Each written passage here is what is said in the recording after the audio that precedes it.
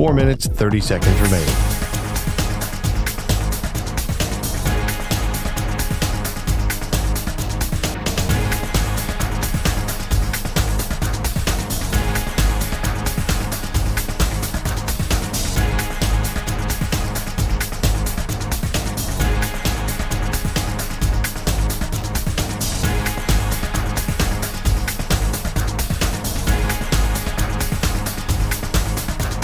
Four minutes remaining.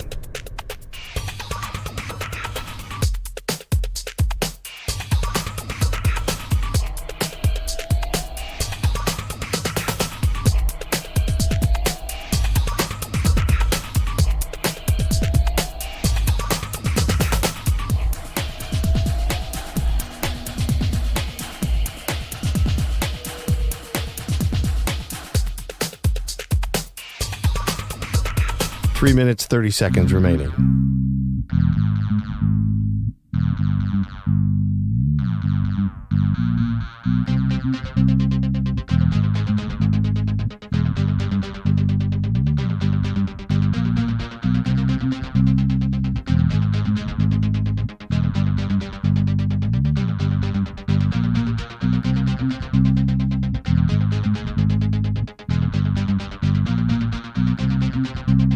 Three minutes remaining.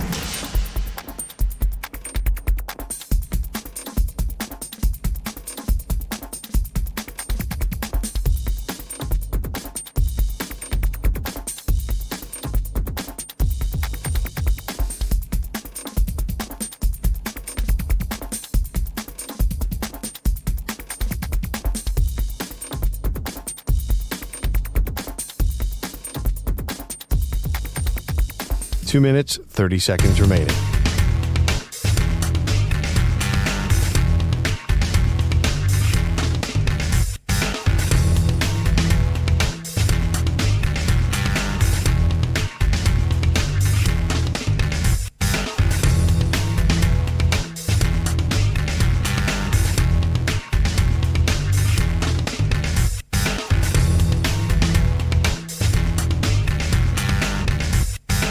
Two minutes remaining.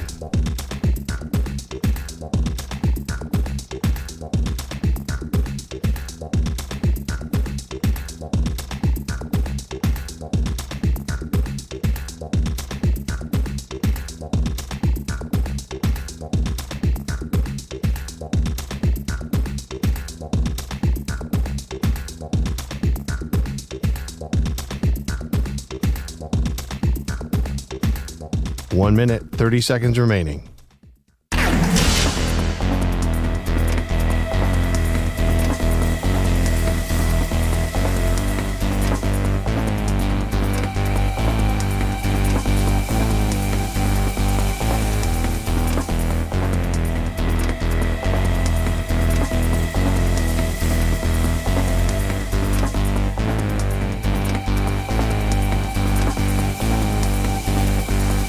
One minute remaining.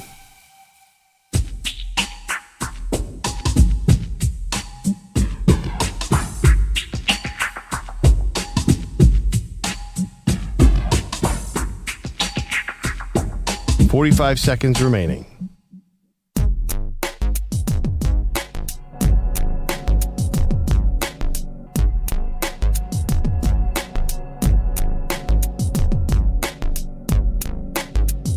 .30 seconds remaining.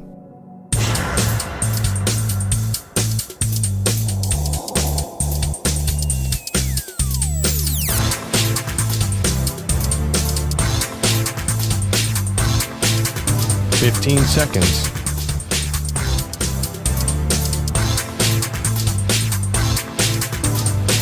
Break ends in 5 seconds.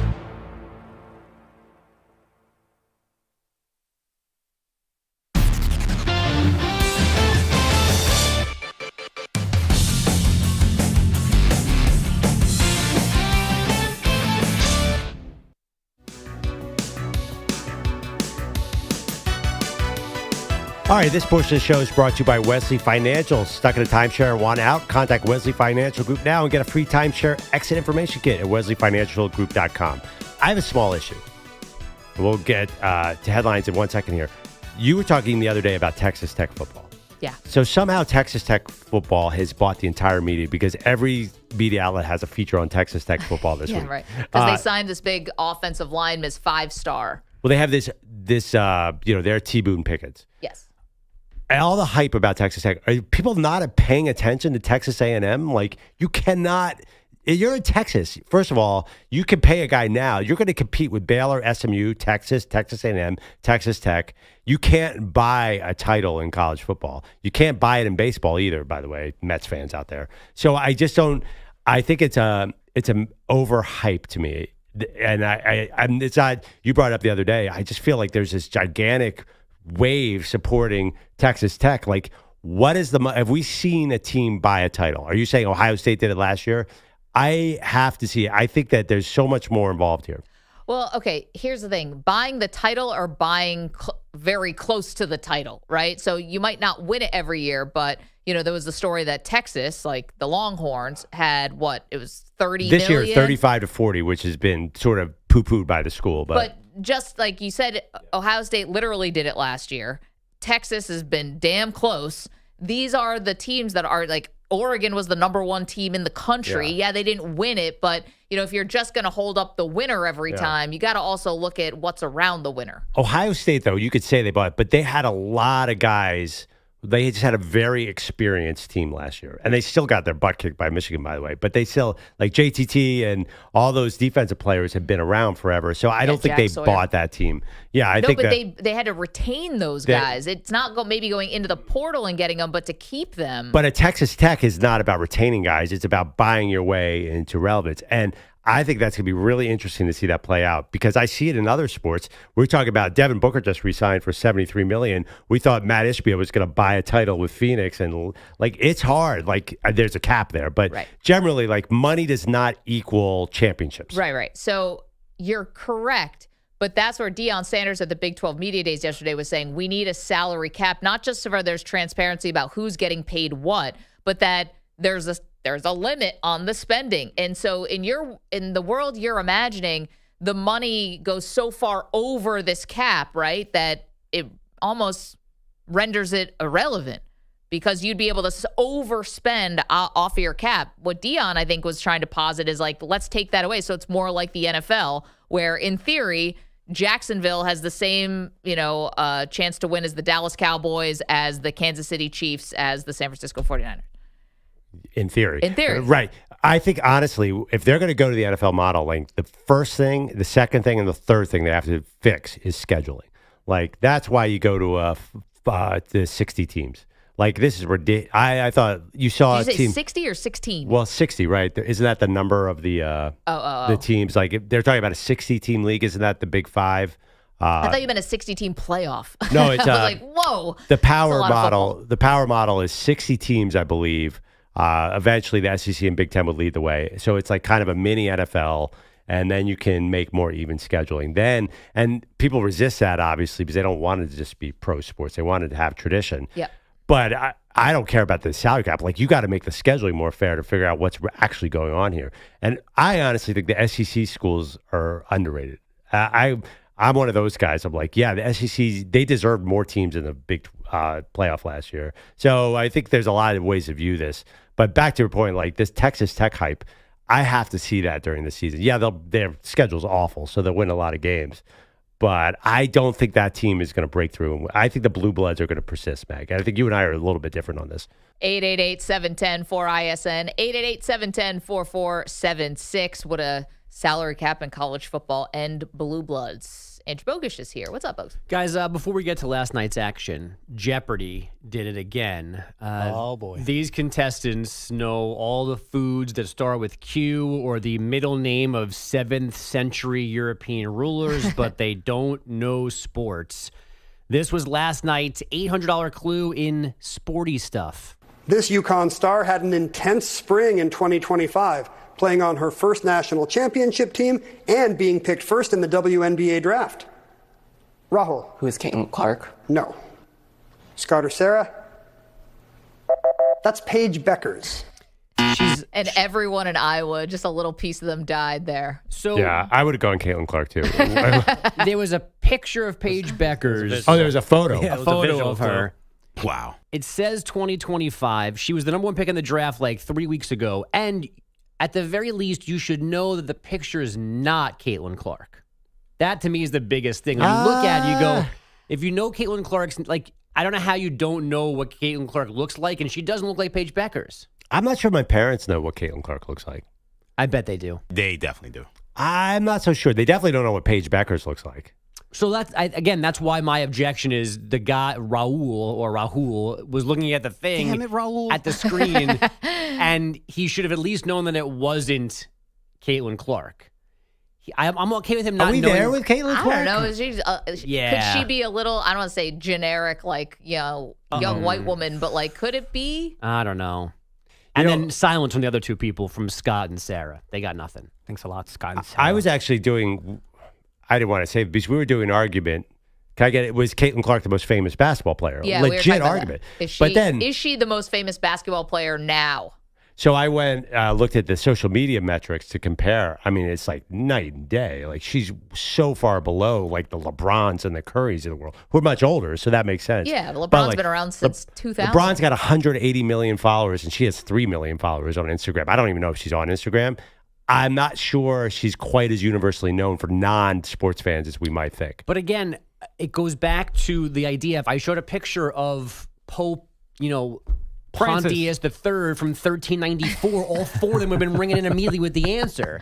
Because that's more likely to have a daily double behind it, Right, folks. Everyone knows that. But in 2025, the most famous female basketball player in our country, and they see a picture and they think it's her, and it's not her. Are you familiar with Shoot. sometimes there would be Raul, clearly shooter. Like Caitlin. Like they'll go around and sometimes ask people like, who's the vice president of the United States right now? Yeah. And people don't know who it is. I think you'd be surprised. Like, I always love dunking on the Jeopardy people because they're the nerds and we're the jocks. Like, we're the slobbering dogs and they're the erudite people, kind of. And when they don't know sports, it's really fun to point at them and laugh. But a lot of people don't. But know. a person on the street is not a Jeopardy contestant. That's fair. These people know all of this minutia about things that They study. They study. Yeah. And yet, when sports comes up, it's like newscasters. Oh, yeah. They can say, the president of Uzbekistan, Kazakhstan's yeah. name perfectly, but they would mispronounce Caitlin Clark. Yeah. Right. Like, so I just don't I don't understand why sports is such a blind spot for like educated / whatever, like, Well, people. These are also people who are really just trying to be on Jeopardy, Yeah.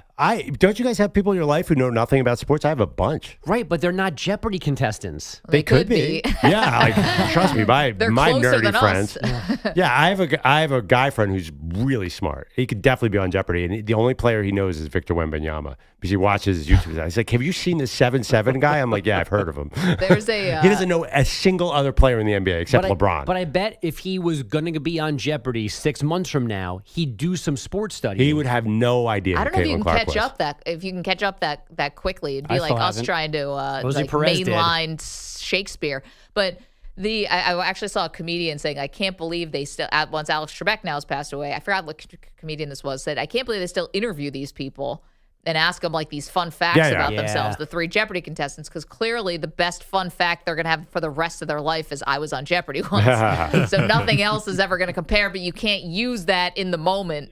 But you do need to do the interview. That's tradition. That's Jeopardy. Yeah, you can't have Jeopardy without the little interview. That's Jeopardy, Susan. I mean, my parents, like that is like the show they have to watch every day. Like I don't call during Jeopardy. No, you shouldn't. I recall when there was a final Jeopardy, contestants didn't know that the answer was Sicily. I knew. I felt like the smartest person in the Oh, isn't world. that It was a amazing? final Jeopardy, too.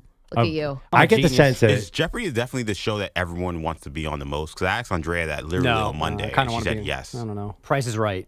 Family Feud's a fun one, too. Good answer. Good answer. Oh, by the way, I think my guys are on Family Feud today. Yeah, the Dan DP Patrick show. show versus Rich Eisen show today on Family Feud. Oh, what time? I don't know. I'd be syndicated, so it's on at different times around the country. It's so funny you brought that up. Oh, we got to watch that tonight. Yeah. So the Dan Patrick show cast versus a Rich Eisen show cast. I think winner today. plays Maggie and Perloff? Yeah, that'd be great. That'd be fantastic. They EJ booked Steve embargoed Harvey. it, so nobody knows on who won.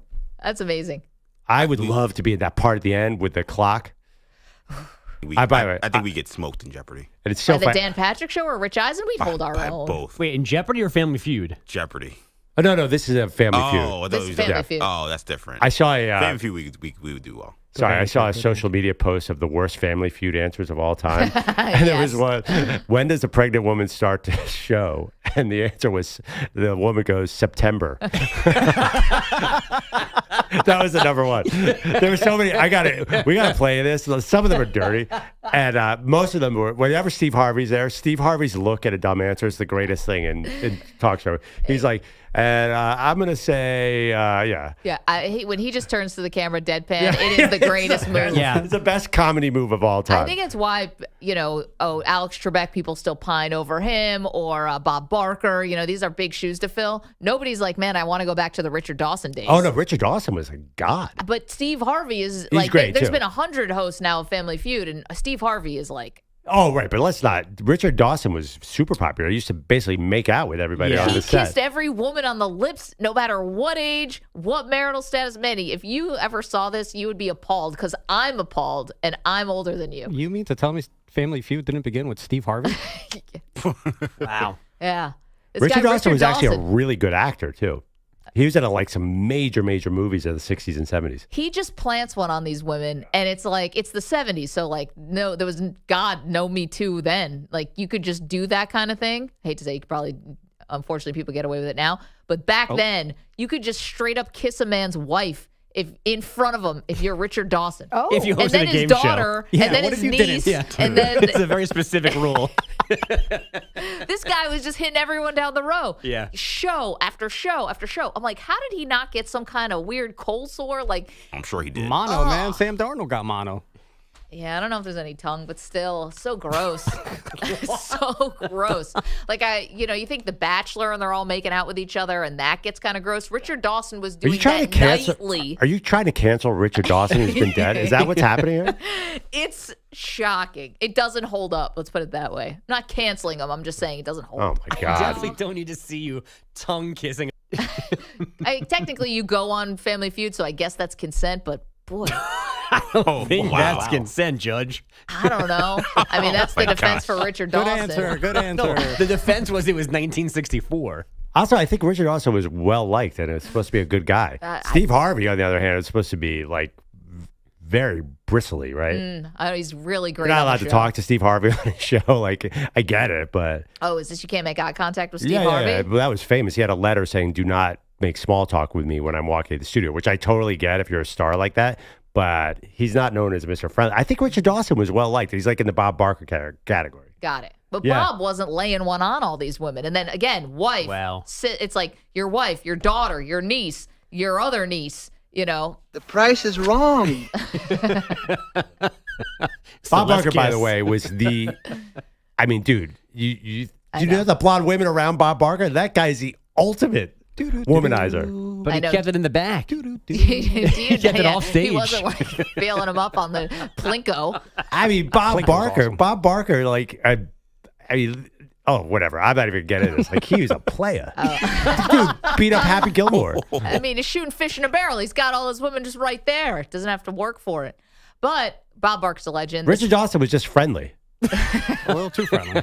That's one way to show how friendly you are. One of the great things about like society now is like how even people try to make things like, men and for women, and even for The Price is Right. There's male models now that are showing off Yep. the showcase showdowns. Yeah. It's not just. Get out of here. Yeah. Like, I watch it on the treadmill sometimes. they what are fully they in, clothed? like, skimpy outfits? Yeah, like No, they're dressed regularly. Like, what's regularly? Like with a shirt, with a suit, or do they not have a shirt? Six pack? They have shirts. Abs? they have shirts on, but they're tight. Well, not tight, but like they're in regular-ish clothes, right?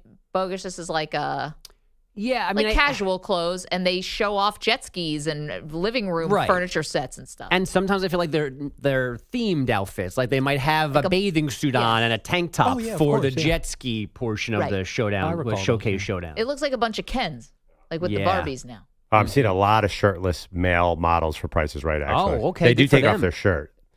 I mean, well, this Good. is America. Yeah, we're all equal. Mm-hmm.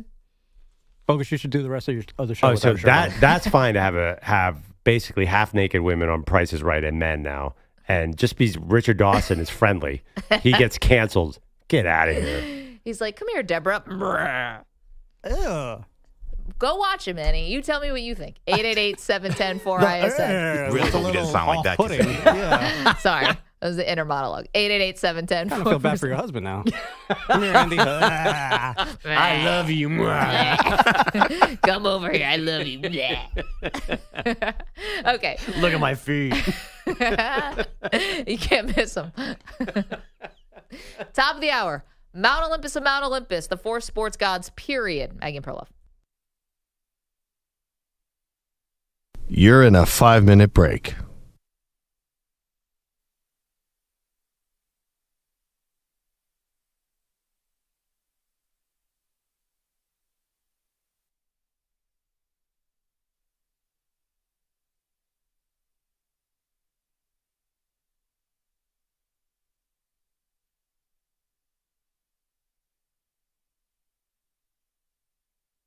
Four minutes, 30 seconds remaining.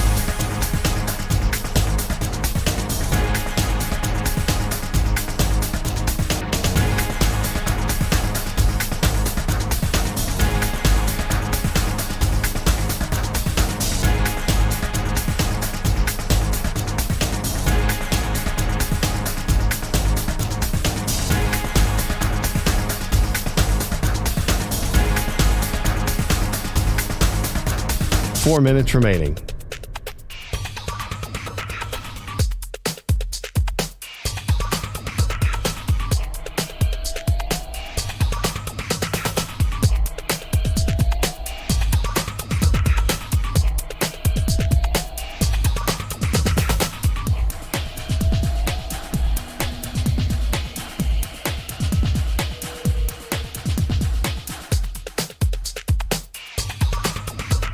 Three minutes, 30 seconds remaining.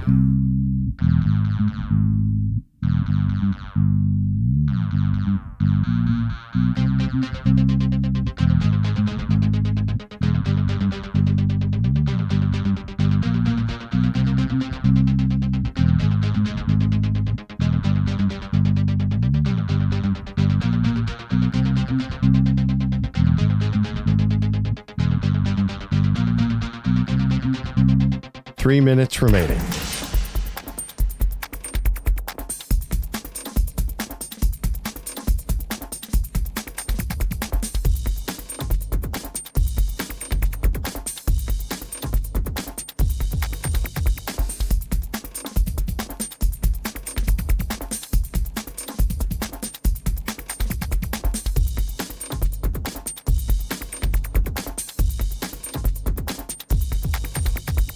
Two minutes, 30 seconds remaining.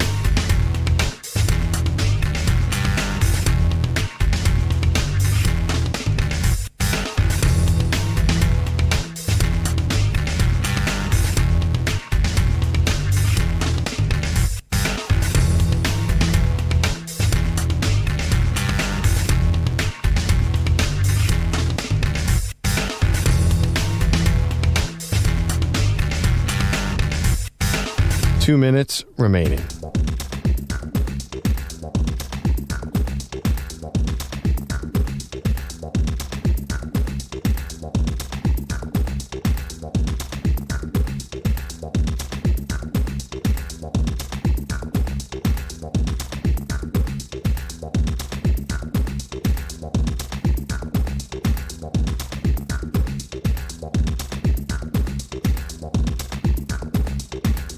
One minute, 30 seconds remaining.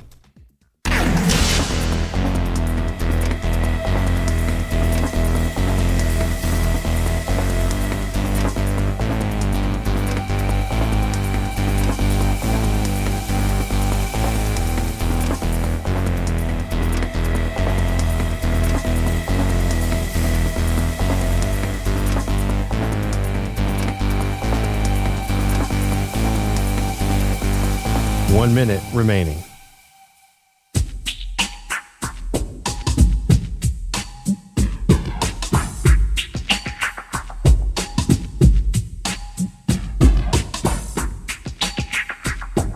.45 seconds remaining.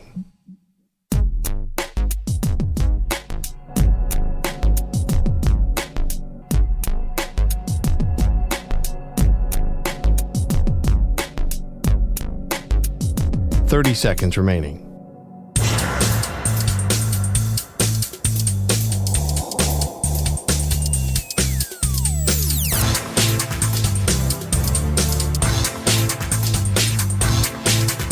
Fifteen seconds.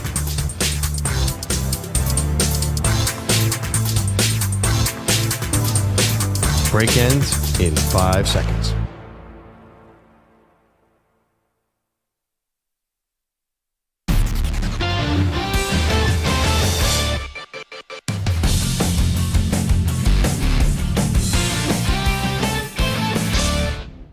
What is love? Baby, don't hurt me. Don't hurt me no more. Baby, don't hurt me. Welcome back. Don't hurt me no more. Maggie Gray, Andrew Perloff, top of the hour. We will do the Mount Olympus of Mount Olympus, the four sports gods, period, end of story.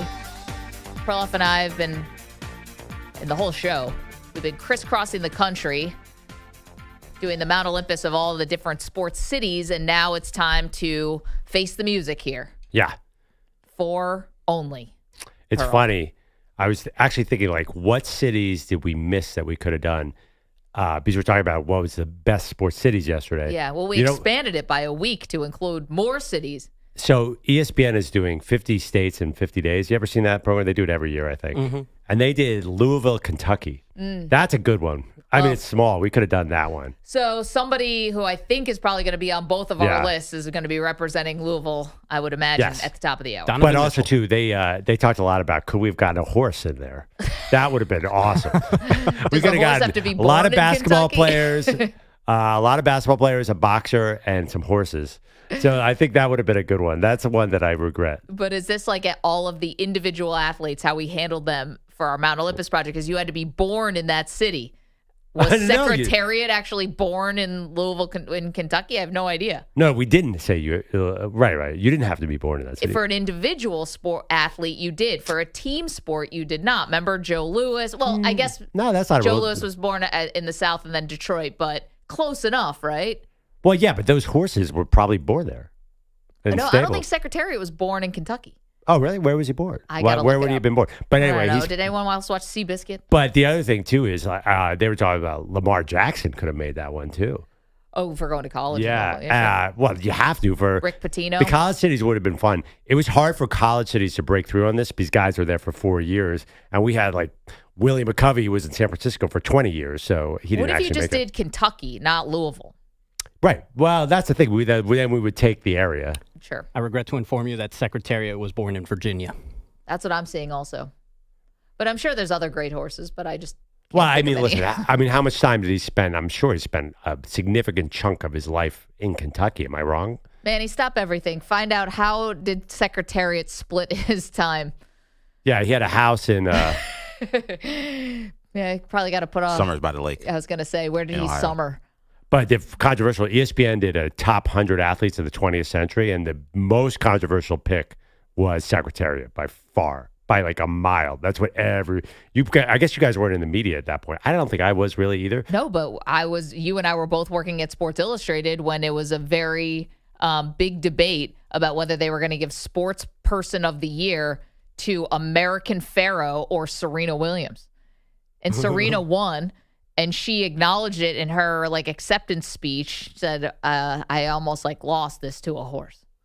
yeah, that's a great To be fair, line. American Pharaoh was a dog. A horse that was a dog. A horse that was a dog. Oh, come on. American Pharaoh, overrated. you big Secretariat brown was guy? 35. Watch that clip of Secretariat. 35 all-time between Lou Gehrig and Oscar Robertson on the all-time. That was a huge deal. It was 1999. I remember this being everything. And people were mad. They were really, really mad. They're like, was Secretariat really better than Oscar Robertson? I mean, listen. Oscar Robertson had a lot of triple doubles, but what were his efficiency numbers? Yeah. Secretariat ever pass a drug test? Yeah. Well, back then, were they doping the horses? Oh, heck yeah. Oh, God. I'm not saying they're cheating or anything. Just asking questions. Mm-hmm. Oh, my God. It was 1973? I'm sure. But That's sad. I mean, listen, I'm looking at this top 100 list. I'm sure a lot of them have got some help.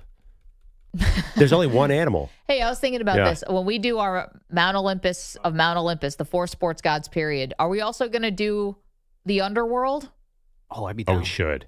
Which we've been doing on certain sports cities, the gods of the underworld, the people who, The worst the people in sports infamous. history. Oh, Wow. sorry, Man of War snuck in at 84.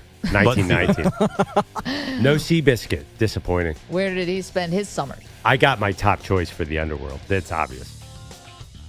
Yeah, number 1 is obvious, but I Yeah, don't know we're about probably the other thinking 3. the same person, right? Schmoj, Hello, Twitter Yep. world. Yours truly. Mount Olympus next. That really happened.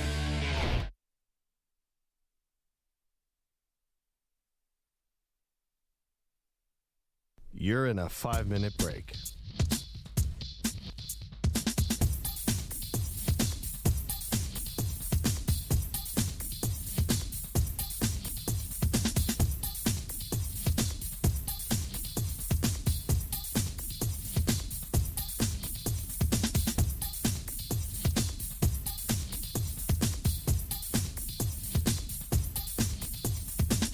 Four minutes, 30 seconds remaining.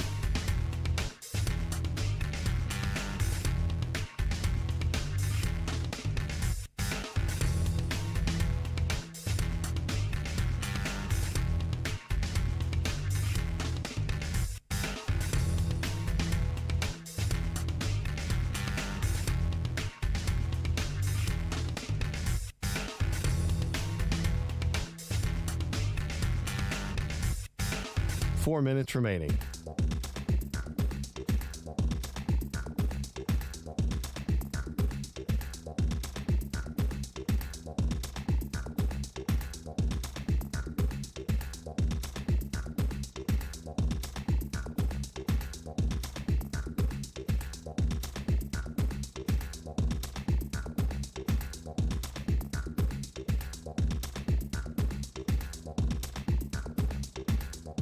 Three minutes, 30 seconds remaining.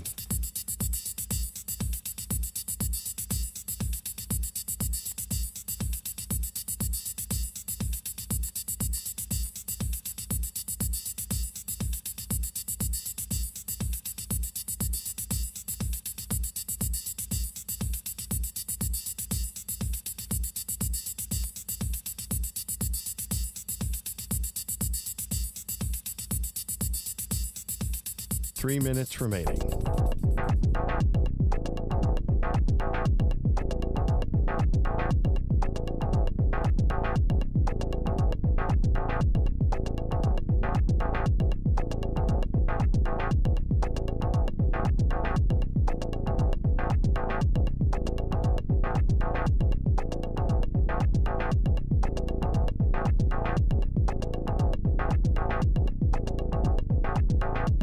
Two minutes, 30 seconds remaining.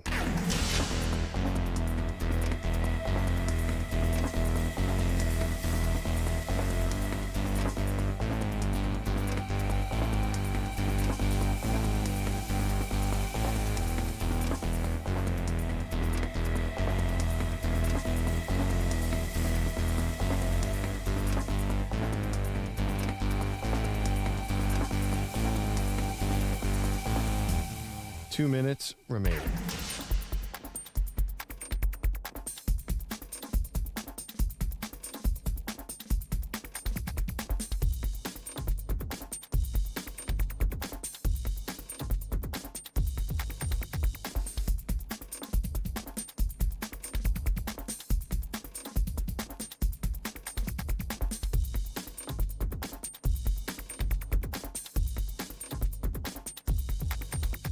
One minute, 30 seconds remaining.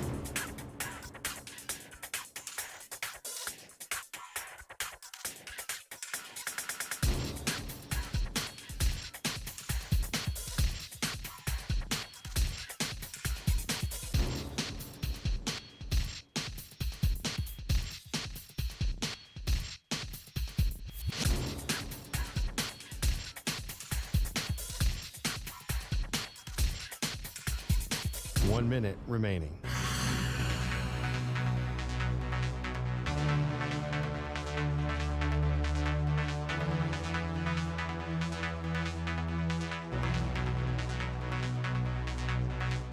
45 seconds remaining.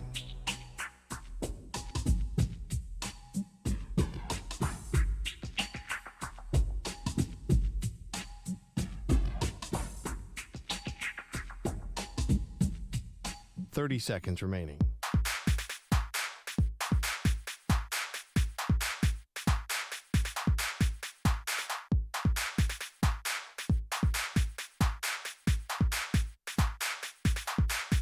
Fifteen seconds.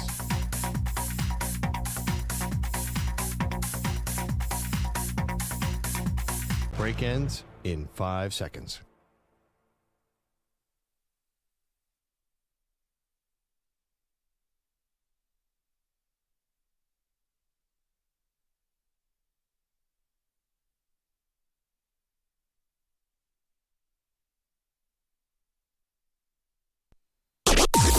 Maggie and Perloff on the Infinity Sports Network. Man, what a day. What a day. We finally get to the Mount Olympus of Mount Olympus, the 4 sports gods, period. We've been doing Mount Olympus throughout the month and, well, even before, gosh, all of June. And Pearl, this is a big finale. We'll get back to college football and Deion Sanders in just a moment, but this was obviously a huge challenge to come up with just the 4 sports gods with no stipulations like we've been going from city to city. So you're saying Deion Sanders is not on your list? You know, it's not that I didn't think of Deion.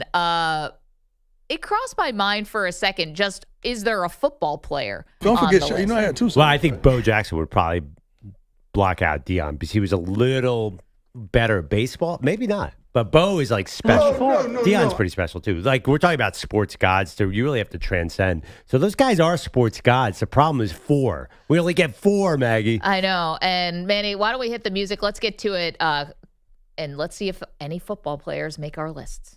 It's time to feast your ears on Maggie and Perloff's Mount Olympus. All right, Pearl. Okay. 4 sports gods. I think most people have heard of most of these people that I have. I'm not going off the board. All right. I'd hope so. All right. Let's start out with a little guy born in Brooklyn, grew up in North Carolina, Michael Jordan. The inbounds pass comes into Jordan. Here's Michael at the foul line. A shot on Elo. Good! The Bulls win! They win it! Set the Cleveland Cavaliers. Michael Jordan hits it at the foul line. 1 to 100. 20,273 in stunned silence here in the Coliseum. Wow, Craig Elo taking some shrapnel on Mount Olympus and Mount Olympus Day, as you'd expect. I don't think you need to go too in-depth on Jordan. I think most people will call him the GOAT of basketball. Also, to make this list, I think you have to transform the sport. Like, Jordan invented not just modern basketball, but invented the modern superstar culture in all sports. Like, basically, in the year 1998, you knew the shape of this guy's head. I think like he was a precursor to the sort of modern economic athlete. Okay, number 2, another easy one for me, the self-proclaimed greatest, Muhammad Ali. I'm the greatest thing that ever lived. I don't have a mark on my face, and I upset Sonny Liston, and I just turned 22 years old. I must be the greatest. I told the world, I talk to God every day. If God's with me, can't nobody be against me. I shook up the world. I shook up the world. I am the king of the world. Hold it. I'm pretty. Hold it, you're not that pretty. I'm a bad man. Wait. I shook up the world. I shook up the world. Yeah, I mean, he's the one guy on my list of 4 who's probably not the greatest heavyweight of all time. I'm sure you could go down a list. There are guys who are more effective, but his personality kind of raises him to a new level for me. And who am I to doubt him? If he says he's the greatest, he's Muhammad Ali, right, Meg? Okay, so those 2 were pretty easy. That's where then I got into a lot of interesting areas. My third one is a fella by the name of Babe George Herman Ruth. In 1933, as in so many other seasons, Babe Ruth was the Sultan of SWAT. He was past his peak, but in the very first All-Star game, he came to bat with 1 man on and with poetic justice pulled a home run to provide the winning margin.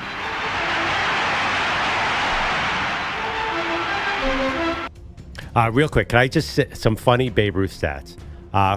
From 1915 through 35, he hit more home runs than the entire Boston Red Sox team, 714. In 1920, he hit more home runs than every other team in the league except one.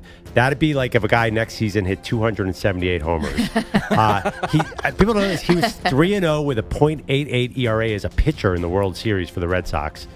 He hit 714 in 8,399 at-bats compared to Barry Bonds in 9,847 and Hank Aaron in 12,364.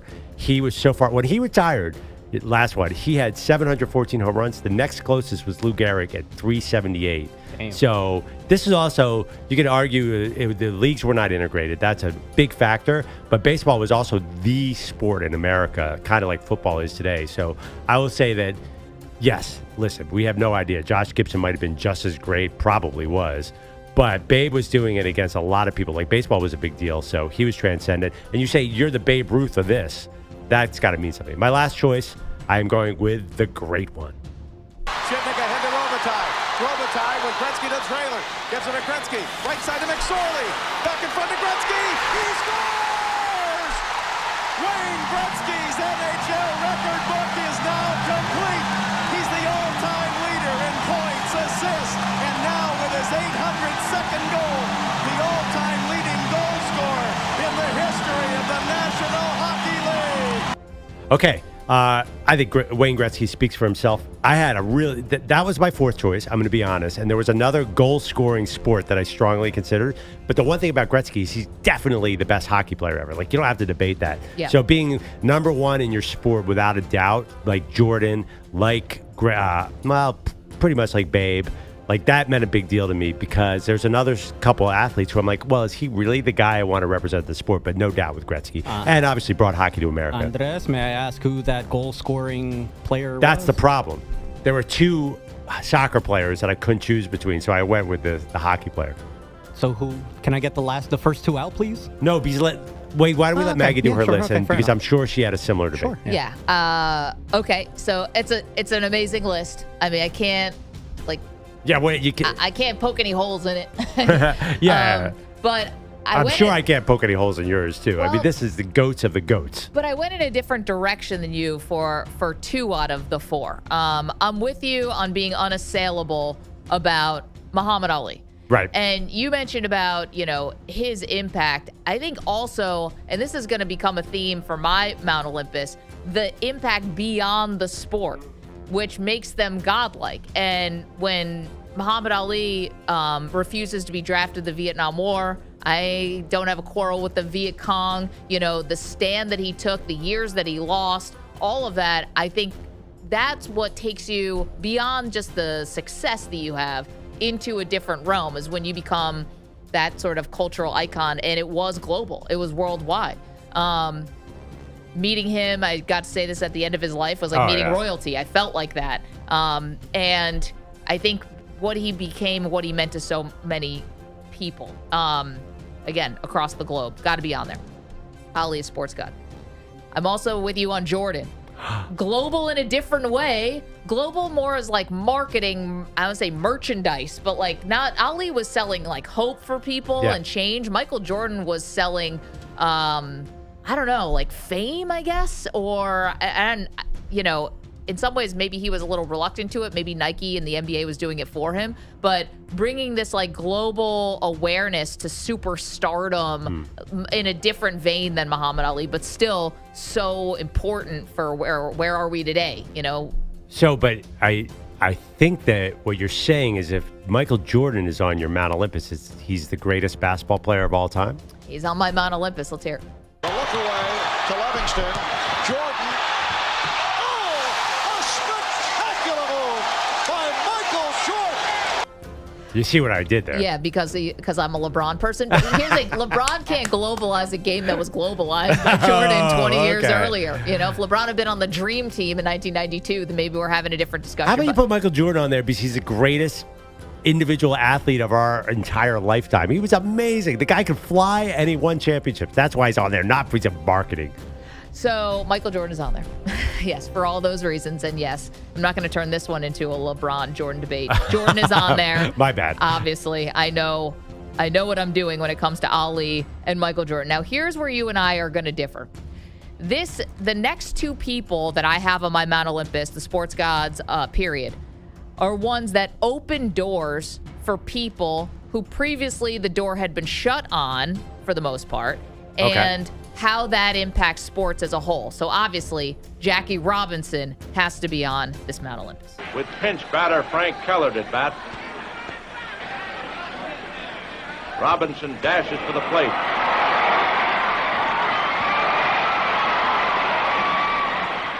It's close, and umpire Summers calls him safe on the daring maneuver. But Yogi Berra doesn't think so. And the fans will never forget the sight of Jackie Robinson hurrying for the plate on his daring steal. Yogi was right. I got issue too, by the way, from an analytics standpoint, stealing home. I don't know, Jackie. Risky. I don't know, Jackie. You're giving up a base when you don't need to.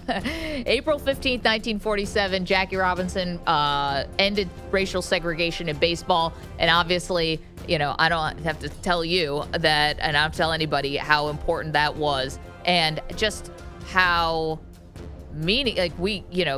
having segregated leagues, this is why I don't have Babe Ruth on my Mount Olympus, because he wasn't playing against everybody. And so Jackie Robinson, for his contribution, has to be there. And then my fourth sports god is another person who helped to open doors, not in such a stark way as Jackie of breaking that color barrier, but it's got to be Billie Jean King. Now in the third set, Billie Jean serves for match point. Beautiful shot, and the Wimbledon title is hers.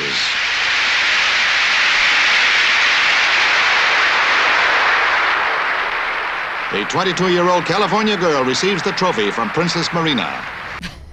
Wait, why are we getting the 1920s radio guy doing a 1968 highlight? I mean, relax catch the there, excitement. Buddy. Relax there, buddy. I Show know. some professionalism. Wow. Billie Jean King serves. That was not 1950. What year was that? I'm just curious. So, well, the Battle of the Sexes and 72 was 73. 73. Okay. And I can't even imagine how sports would be different for women. You cannot be serious! But all of us, if Billie Jean King loses that match to Bobby Riggs.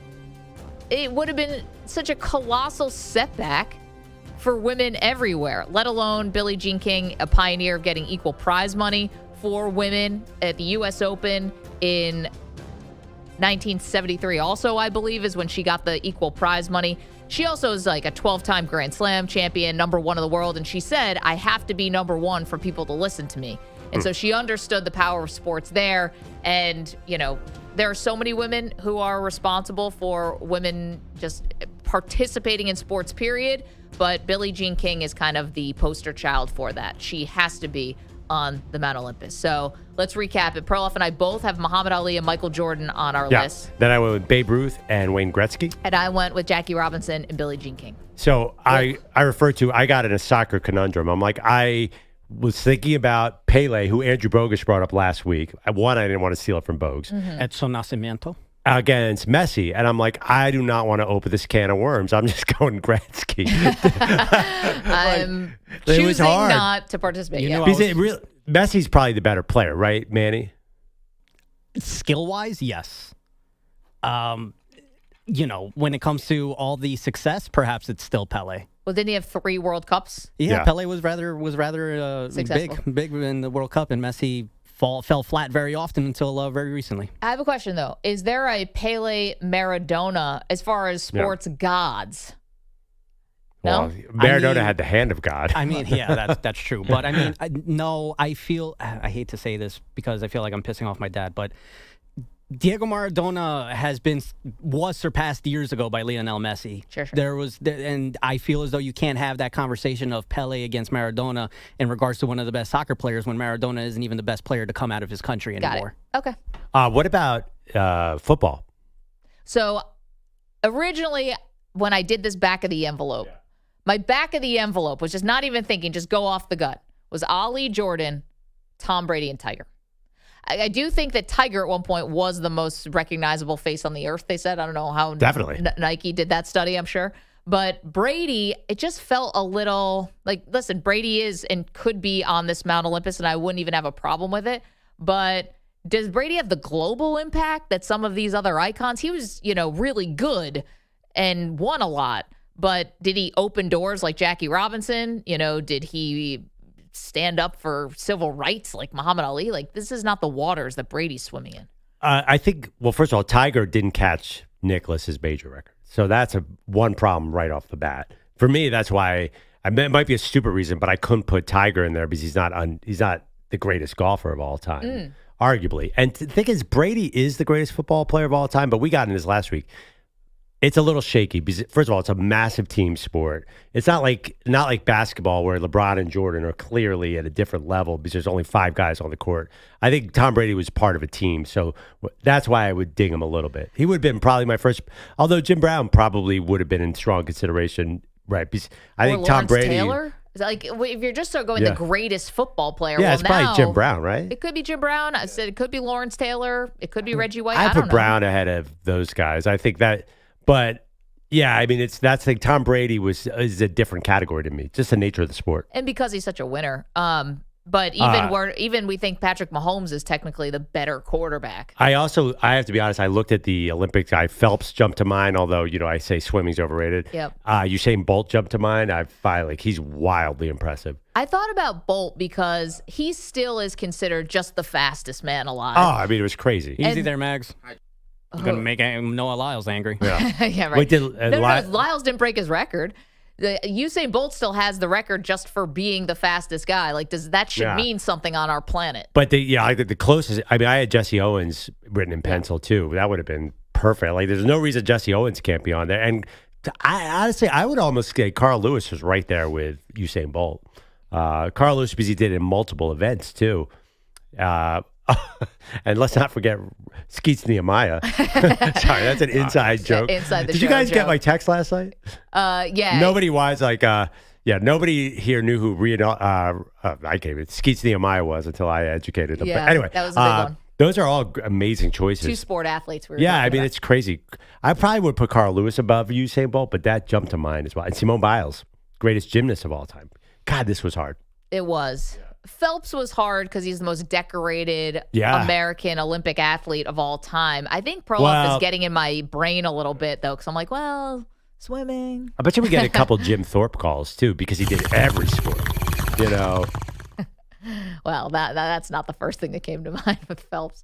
888-710-4ISN, 888-710-4476. And may I also just mention one other thing about Tiger. So I told you, back of the envelope, I went Ali, Jordan, Brady, and Tiger. I amended that to be Ali, Jordan, Jackie Robinson, and Billie Jean King.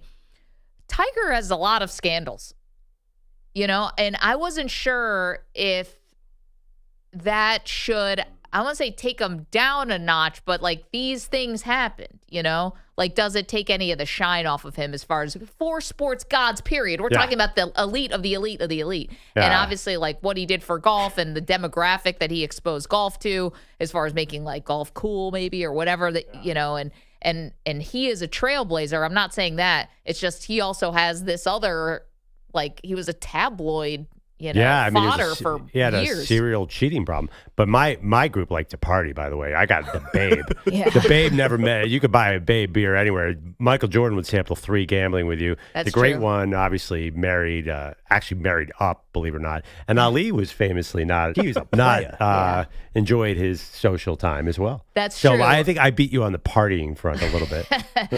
Yeah, I don't know if Billie Jean out till midnight. No, I don't know. Yes, they're human beings. They have, that's why I don't know people. But Tiger had a straight up scandal. I don't know. I mean, we didn't even know what Babe Ruth was doing. There was no Twitter back then. No Perkins.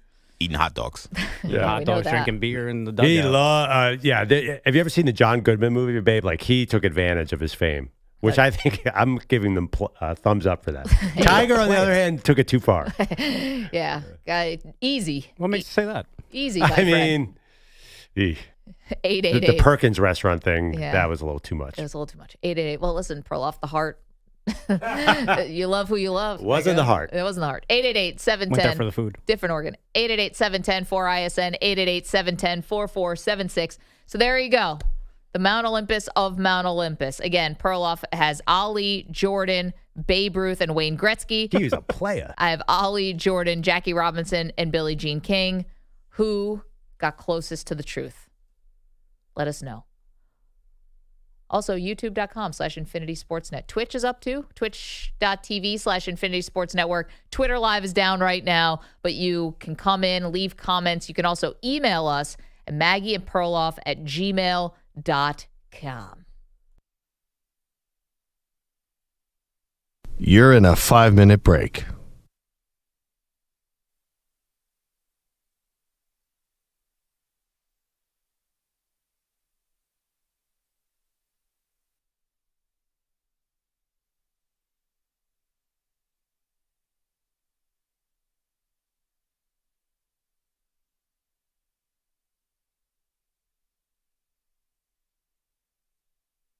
Four minutes, 30 seconds remaining.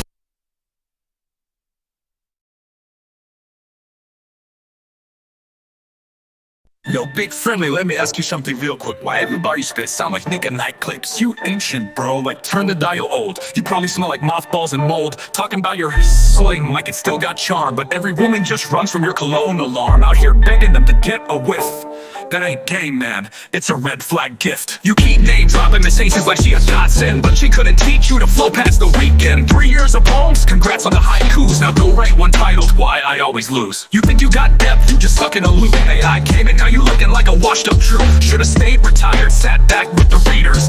You're not a sage, you're a features bleeder. See, I ride with AI like it's Judgment Day. Skynet bars and I'm ripping your clay. You scared of the bots, McLovin is too. Perloff still writes his tweets with an ink dip shoe. While you're quoting plays and smelling trees, I'm building empires with digital ease. No need to rhyme like it's 1989. I press one button and the crown is mine. You talk retirement like it's some brave feat. Nah bro, you just got beat. Came back for one last sack, you got pancaked. Your verse was dry, your rhythm half-baked. So stay in your lane with your senior pass. Cap got the future and you got the past. So next time you smell yourself, take a seat. Cause that ain't cologne, that's defeat.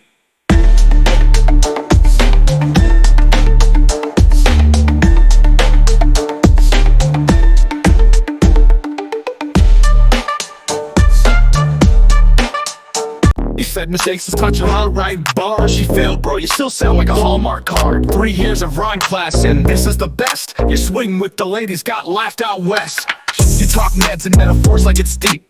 Friendly, your whole style puts crowds to sleep. You feed me Seymour, more like feed me lies. You flex Olympus, but you built on styrofoam skies. You got time today? That's cute, sit down. Talking big like Zeus, like circus clown. You're not a monument, you're just background noise. A dollar store titan with Fisher Price toys. Northside cat, yeah, but you got no claws. Trying to flex your test scores, friendly pause. Margaret Weavers and bingo sets. You're one bar away from collecting regrets. You said Kaplan, Maggie rest, I'm wide awake. I make Mount Olympus shake every step I take. You don't need AI? Bro, maybe you should. Cause that last verse, burn it, do the world some good. You're the king of the ring? Bro, that's rich. You ran one lap, pulled a muscle and ditched. I'm head of the class, you're the hallway clown. Making noise in the back till they shut you down. You got time today? Cool story, bro, but I'm Cap, hit like thunder, not a TikTok show. California, baby, then crawl back west. This East Coast Mike ain't no friendly guest. Miss Aces ain't saving you this time. Next time you drop bars, bring your rhyme insurance. Cause this was light work. Class dismissed.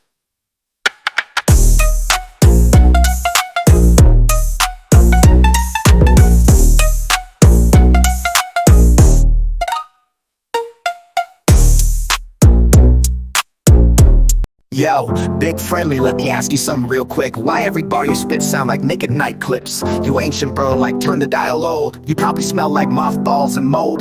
Talking about your swing like it still got charm, but every woman just runs from your cologne alarm.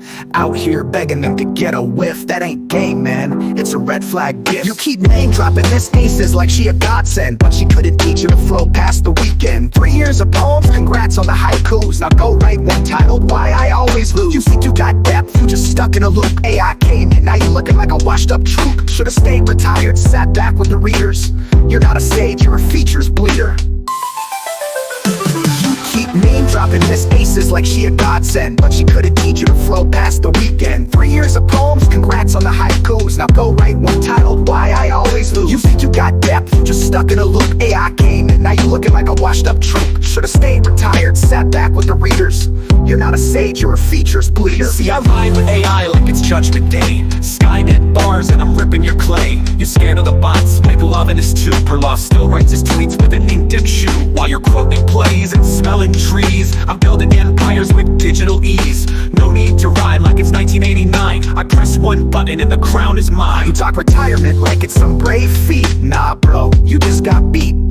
Came back for one last sack, you got pancaked. Your verse was dry, your rhythm half-baked. So stay in your lane with your senior pass. Cap got the future, you got the past. So next time you smell yourself, take a seat. Cause that ain't cologne, that's defeat.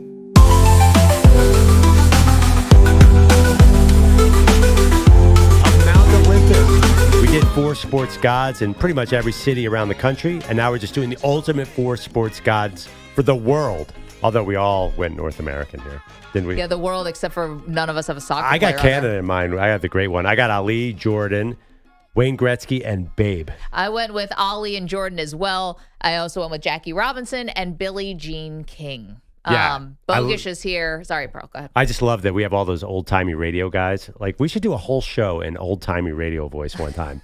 like our Bizarro yeah. show. I tell you what, the Philadelphia Phillies, they're only one game below 500 on the road. Bob Cousy dribbling around. He goes to his right. He goes to his right again. Does his man have a left hand? No. But we'd have to do our modern sports in that. Yes. So it'd be more like Jalen Hurts. Or Bogues, actually, that's right up your alley. You could do an update with a Ronald Acuna. Just coming in from the wires. Would I have to be confused? Like, am I a time traveler? Like, do I not understand what's happening in 2025? He was wearing all these chains. You never saw that back in 1930. Devin Booker signed for $316 million. And for 2 years. 2-year deal. Deion Sanders says that there needs to be a salary cap in college football.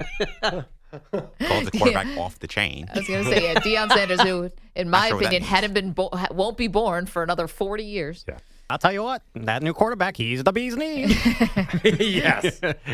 Oh, Deion was on fire with the cliches yesterday. Yeah. We have, he was at Big 12 Media Days calling for a salary cap in college football, but was talking about his quarterback battle between the freshman phenom Juju Lewis and the super senior Caden Salter. Yeah. And this is what it sounded like. Caden Salter comes from Liberty. The audio is about to play. Juju, his friends call him Juju. We brought both of them because I don't know which one's going to start. My question to you is, would you be comfortable with a situation where both guys played? Yeah. As long as they're doing their jobs and we winning, we definitely want to continue to develop Juju, but Caden is unbelievable. Caden's off the chain. He's been there, done that. He can get the job done. I wouldn't have brought him here if I didn't trust him. But Juju is coming on around the mountain when he comes. And I love him. I love what he brings to the table. I don't know how it's going to play out, as long as it plays out. We can't lose either way. Juju is coming on around the mountain when he comes. Caden's off the chain. Coming around the mountain when he comes. Hee-haw. But why is there controversy? They're having a quarter. I know they brought both guys, but this makes perfect sense that there'd be a quarterback battle there. That happens all over the place. It does happen, but it's kind of weird. I think that Juju Lewis, who is the phenom freshman, admitted yesterday that he was surprised they brought in someone of the caliber of someone like Caden Salter, who's been starting has 35 starts. Right. And, was kind of the pick of the portal, if you will. He's like, I didn't know they told me they were going to bring in somebody. They didn't say it was going to be someone this good. Right, but there's nothing wrong with having Alabama has a big quarterback battle. Ohio State has a quarterback battle. There are a lot of schools. This is a very common Oh, yeah, theme, but it just depends. What did they tell Juju Lewis? Did you say you were going to be starting? Because guys who are 5 stars sometimes can have a little more sway. Well, and they might leave anyway. I don't know. The kid's 17. I hope he understands this. If not, maybe he's not the right guy for that program anyway. Deion also dropped he talked about the coaches that he has on his staff, and Marshall Faulk is there now along with Warren Sapp. Yeah. And he said, I have guys who understand what the standard is, like how you have to play to be so good. Well, also, did you see he's trying to sign Mike Zimmer, and he's Mike Zimmer and Byron Leftwich, he said. That's a huge deal. But he said anything less would be uncivilized. Oh, do you have it? Oh, let's hear. This is Deion. This is a throwback. I don't even know if Manny and EJ understand this reference. When you have coaches that have come from that level, you understand anything else is uncivilized. Yeah. Do you guys even get that? Do you have any idea? Does that No. That's ring a a bell? Grey Poupon No, reference? it was a right guard deodorant commercial. That's definitely a football position. Yeah. No, right guard deodorant still I think of exists. No? uncivilized. I think of Mickey and Rocky being like, "You became civilized." When he's yelling about him getting all the money and the fame before he gets killed by Clubber Lang.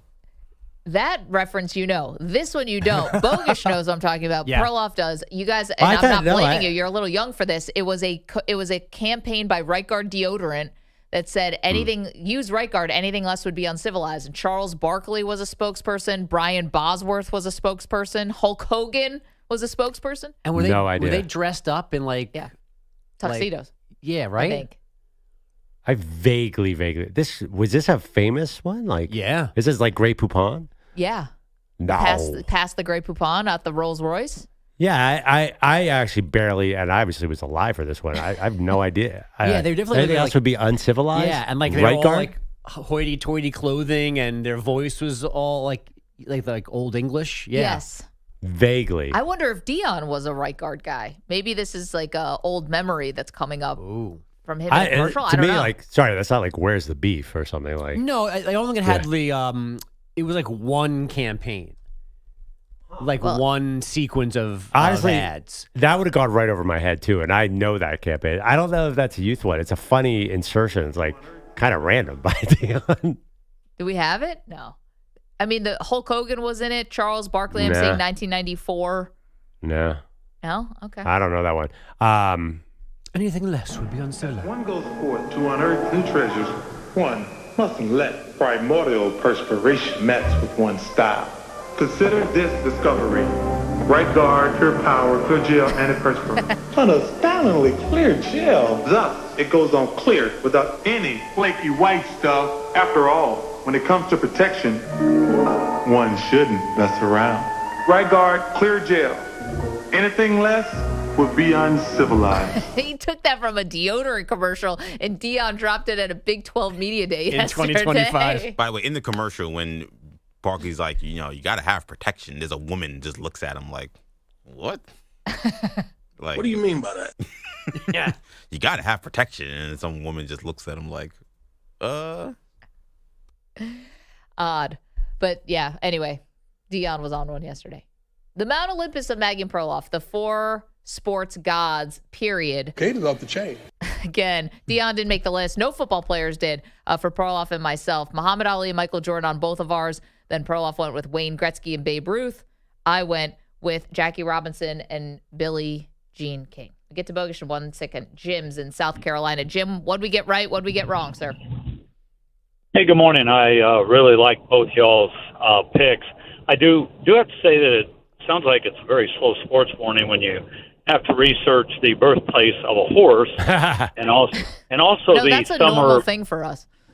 Oh, well, one of you said that you missed the birthplace guessing it by a mile. It was actually a mile and a quarter. Ah, well done, Jim. Okay, so my Mount Olympus, definitely MJ, Ali, and then I got to go with Hammer and Hank Aaron. And the reason being is because of everything that he faced when he broke the record. Intense racial pressure. Actually had to live under that cloud for many, many, many years. And he is still the home run king in my book. So him and then Serena Williams, because of the barrier that she broke through in tennis, being a black female athlete doing the incredible things that she's done. Jim, I mean, they're all great choices. Thank you for that. I mean, listen, there's nothing wrong with Serena. I thought about Serena, but you did have Althea Gibson, and I know she wasn't dominant as Serena, but as far as listen, Althea Gibson is but she was multi-sports, so exactly. Yeah. But I'm talking about if you're talking about black female tennis players, and I went with Billie Jean King because of what she did for her fight for women's equality. Now, Venus and Serena both took up that torch and continued on with that fight. They don't get a lot of credit for it, but they actually did do a lot, especially Venus. But Serena's dominance, no doubt she could be on the Mount Olympus of Mount Olympus. Listen, there are many worthy people to this. I think there's at least like 20 names that you could bring up that I have no problem with. And I did think about Hank Aaron. He made 2 different cities for our Mount Olympus. He made Milwaukee and also Atlanta. So he certainly could be on this list. Oh, by the way, I'm sorry. Althea Gibson was not. I was thinking Babe Didrikson. Althea Gibson was a tennis player. Yeah. I don't know if she played any other sports. No, Babe Didrikson was the superstar, the early tennis player. No, don't apologize. Althea Gibson was also a professional golfer. Right. You're good. Right. Know your 1920s athlete. I did a Sports Life on Althea Gibson at the Yes Network. I should know this one. But that was like when the Yes Network started, they had all this, like, I would write these massive, I know the like life stories of all of them, but I forgot them all. It was 2005. Yeah, I could see that. Perloff, I did a George Steinbrenner obituary 10 years before he died, too. Yeah, and I don't remember any of it. He's from Cleveland. Yes, he was. He owned the Yankees. The end. It's like, wow, that Yes Network tribute to Steinbrenner was a little light. It got angry sometimes. They actually, like, all my scripts are like, they're like, you nailed Althea Gibson. I don't know if this is going to satisfy Yankee fans for George Steinbrenner. Not like George Steinbrenner founded the channel either. Yeah. Well, and also, if you write an obituary for someone 10 years before they pass away, you got to update it. Absolutely. I mean, that's something they do in the news. They famously write obituaries. Have you guys ever seen the Saturday Night Live skit where Dana Carvey does the fake obituaries? Oh my God. Amazing. Because news stations record obituary. Have you ever done an obituary in advance? Yeah. Did you guys have to write your own obituaries in college? No. What's that for? We had to do that. That wasn't part of your journalism school? No. Was it like an aspiration? This is what I hope my life becomes? No, it was more like, hey, practice how to write an obituary. On yourself. On yourself, because this is journalism, buddy. Did you make up like, hey, I got married and had 3 kids? Oh, yeah, I was a 9-time MVP. So it was like 6th grade. It was the star of a Hallmark. MVP. I was an astronaut and a home run champion. I won the lottery. And Sofia Vergara loved me. Oh, yeah. And she's taken. Yeah, that's real life for some people, just not in this room. He holds the longest records for yards received.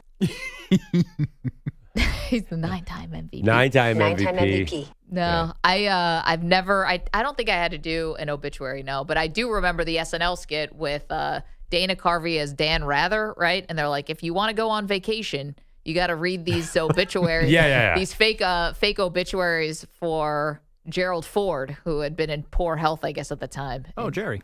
He goes, stunning news out of Yorba Linda, California. Gerald Ford was mauled by a bear today. And they have him, he goes, I don't think he's going to get mauled by a bear. And they have him doing all these insane things. What was it, Dan Rather? Who was it? Peter Jennings, maybe? No, it was... Or Tom Brokaw. It was Brokaw, Jennings, or Rather, yeah. Mount Olympus of SNL guys? Of SNL characters? Oh, dear characters God. Or cast actors. members? Yeah, cast members, yes. Dana Carvey on there. I don't know. I mean, Will Ferrell to me. Well, let's get to Bogusch with the headlines before we go down that rabbit Hold hole. on a second. It is the issue that has divided this show like no other. The NBA's in-season tournament. The groups for the 3rd annual Waste of Time came out yesterday. The Knicks bunched with the Bucks, Bulls, Heat, and Hornets. Light work, just like you said. That's 4 wins. 4 wins. Nice and easy. Oh, yeah. Mike Brown get you a trophy that way? Oh, hang the banner. The Nets literally don't have a championship. What's better, an in-season tournament win or coming out of Vegas with this Summer League trophy? Neither. Vegas, you get to party. Well, I guess it's more fun. Well, you party both because the other one's in Vegas too. Yeah. In Vegas. But the other one's the NBA season though. Like you can't, you gotta get back to work. Summer League, like you just party into the summer. You can just stay there for a couple months. Couple months. That's what everyone wants, to go to Vegas, stay there for a couple months partying. Robin Wood. Oh, man. You'd have no brain left. Perloff, just full disclosure, was doing your sports minutes in the break. I had no idea the get-in price of the Cooper Flagg, Ronnie James. 232 of yesterday. I thought, oh, my God, this must be the most ever. It was $290 for a Wemby.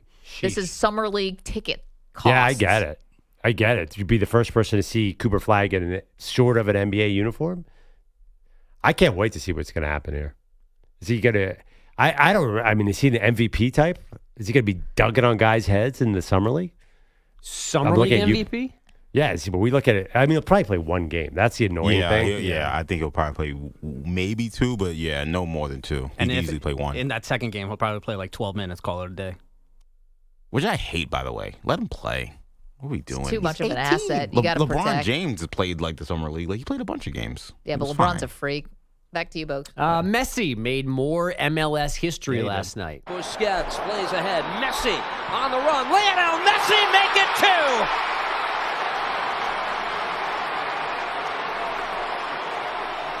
Unstoppable. That's Steve Cangelosi on Apple TV. Messi scoring both goals in Inter Miami's 2-1 decision over the Revolution. He is the first in league history with 4 straight multi-goal games. Busquets assisting Lionel Messi. What year is it, man?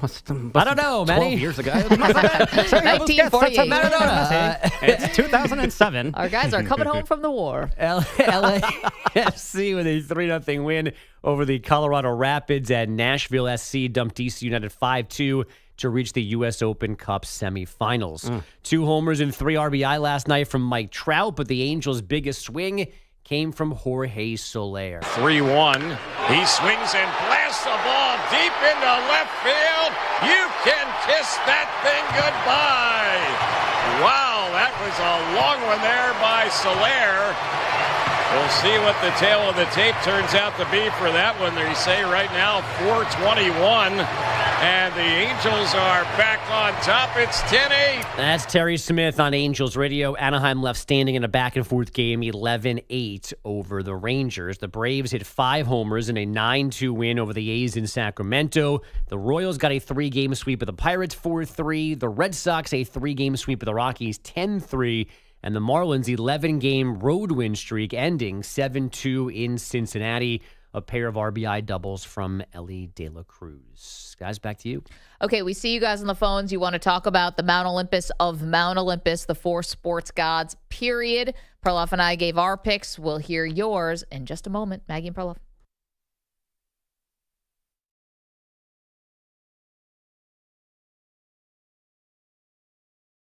Are we ready to call a truce or what? Maggie Malone, I come to your table, and I come with one request. Kaplan tried to cheap shot me when I wasn't paying attention. In the chats after that day, when you explained that I had mistaken that he had took a shot at you and not me, I had went in the chats and I had told Kaplan I thought me and him were cool. Now, yesterday, Kaplan decides to go to take his little fingers and come at Big Friendly. Now, Maggie Malone, you cut me real deep yesterday. What I do? Big Friendly walks around with a tablet all day, every day. Big Friendly has OCD. I don't need AI. I don't need AI. Oh, yeah. I'm just Big asking Friendly. questions, Big Friendly. I was just asking I had questions. your back. Are we ready to call a truce or what? Maggie Malone, I come to your table.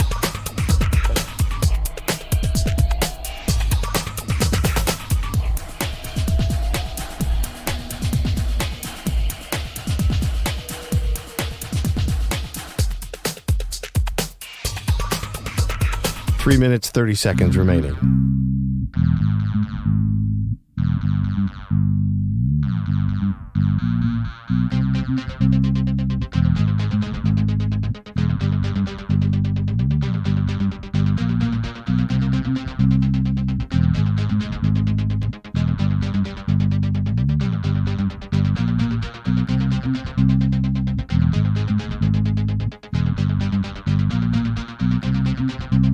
Three minutes remaining.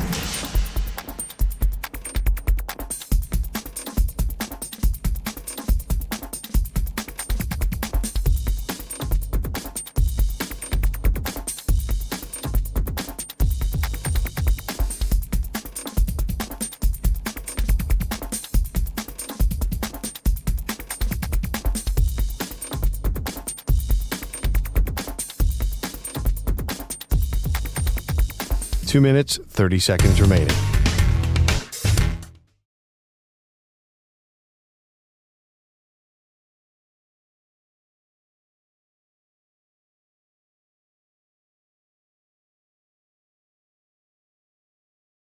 Perk your ears up, my man. Perk your ears up. I'm a little older, but my swing is the same. Ask the ladies, the females, and all the dames. Here's some medication, Kaplan. I think you're going insane. I'll treat you like little shop of horrors. Feed me, Seymour. You're easy to consume. Kronos and Zeus get nervous when I enter the room. I pull a full court press. Have the papers reading Andrew Kaplan. May he rest. I take low-brow, low-budget AI using rappers and send them to the deepest, darkest depths. I don't need AI to have my back. I'm a north side cat with 5 dudes tapped. At this age, I'm trying to chill and relax and just lay back with senoritas and margaritas, but I can come out of retirement for one more sack. Slow down. You're not the head of the class. That AI scoring got you thinking you're moving to the head of the class. I'm the king of the ring. I see you pull the muscle, you're not running too fast. And you done messed around and got big friendly on your... No AI there. All right, friendly. Now I'm willing to squash it now, Cap. I know you're sitting back with your little fingers typing and getting all intricate, baby. But hey, big friendly is a monument of Mount Olympus of California, baby. I'm on there. And I don't got...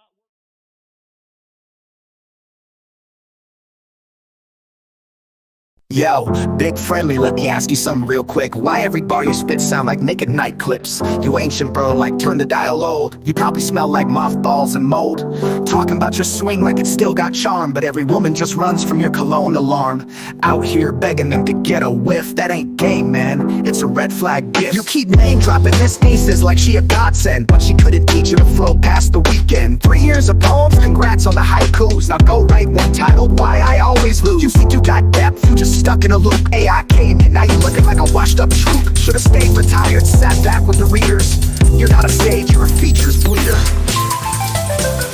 You keep name dropping Miss Aces like she a godsend, but she couldn't teach you to flow past the weekend. 3 years of poems, congrats on the haikus. Now go write one titled Why I Always Lose. You think you got depth, you just stuck in a loop. AI came in, now you looking like a washed up troop. Should've stayed retired, sat back with the readers. You're not a sage, you're a features bleeder. See,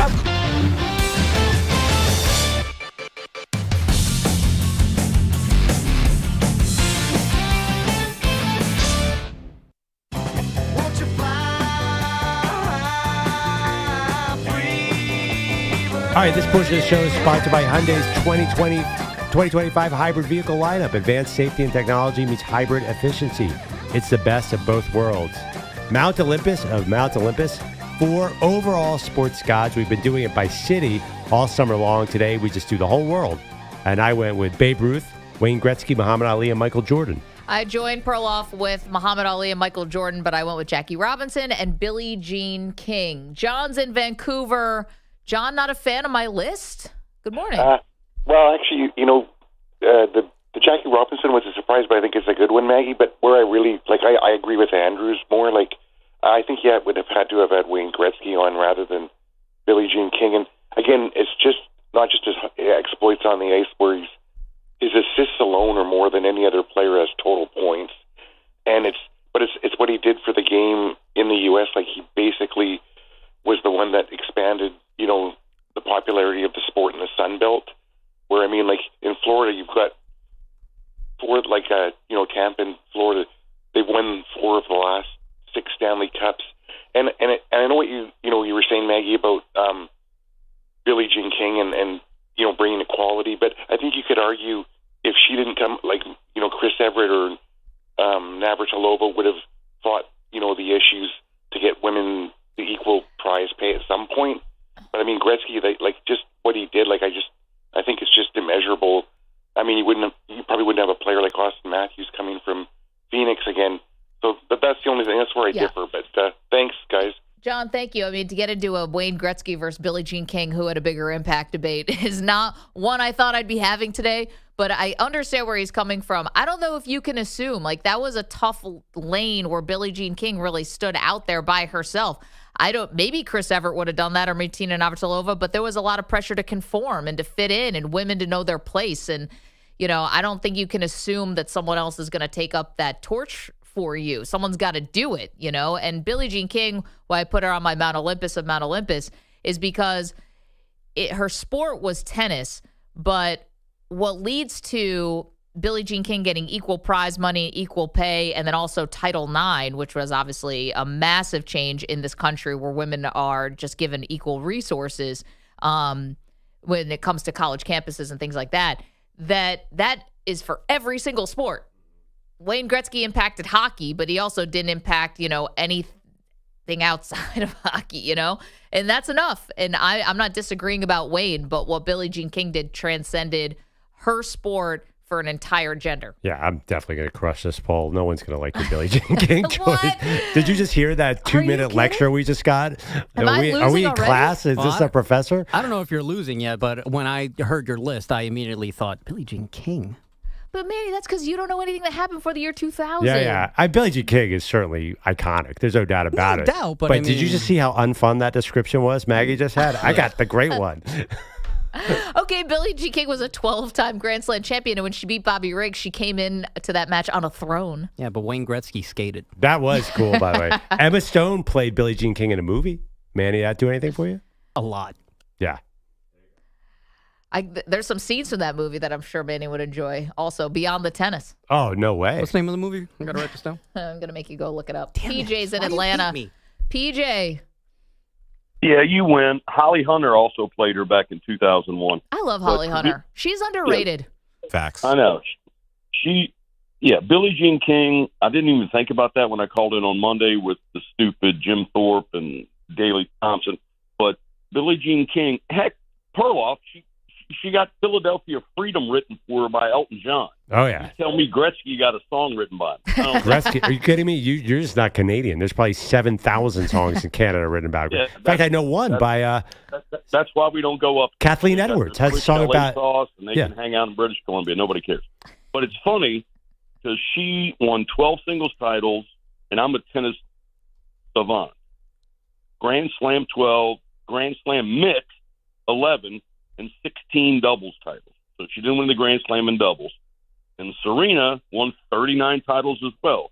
23 singles, 14 doubles, but only 2 mixed doubles. So to me, Billie Jean's better because she won the same amount and played with a wooden rack. And that's a great call by, so you lose, Perloff. Sorry about it. PJ's declared me the winner. I had no idea that PJ was a tennis savant. Yeah, PJ, thank you for the backup. Appreciate it. Perloff thinks I'm going to get waxed in this Twitter poll. Oh, I'm positive. By the way, Wayne Gretzky referenced in a Travis Scott song, in a 2 Chainz song, and a Gucci Mane song. The indie rock band Goldfinger has a Wayne Gretzky song. Oh my God! Wait, hold on. Getting referenced in a song though is not the same as Elton John writing "Philadelphia Freedom" for Billie Jean King. But these are good bands. Migos has a Wayne Gretzky lyric. I mean, this is pretty good. Yeah, because Gretzky's a great rap lyric because of all the ways you can take it. Oh, that's why. Yeah. Right. It's not because he's the great one. Scoring like Gretzky. That's Went down the hills, on the ski, Gretzky. Exactly. See?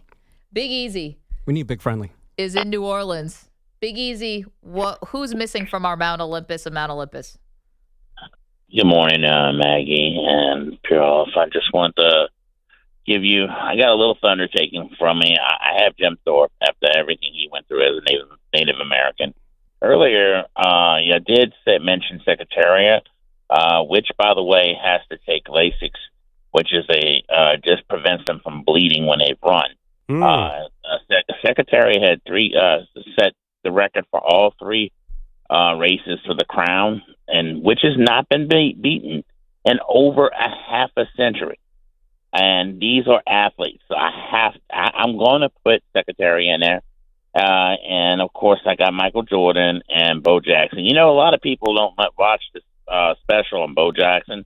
When Hall of Famers of each particular NFL and Major League talk about this man and his abilities and saying we can't do that, then I don't know how you can say, even though he had a short time. Right. You think I don't know how you don't put him in there. And I just want to say your show was wonderful. Love y'all, and I'll talk to y'all later. Thank you, Big Easy. So Big Easy, I appreciate the compliment that because athletes themselves would put Bo Jackson on their Mount Olympus, maybe should have gotten a little more consideration from you. No, I mean, Bo Jackson fits the definition of sports god. Like, he wasn't human.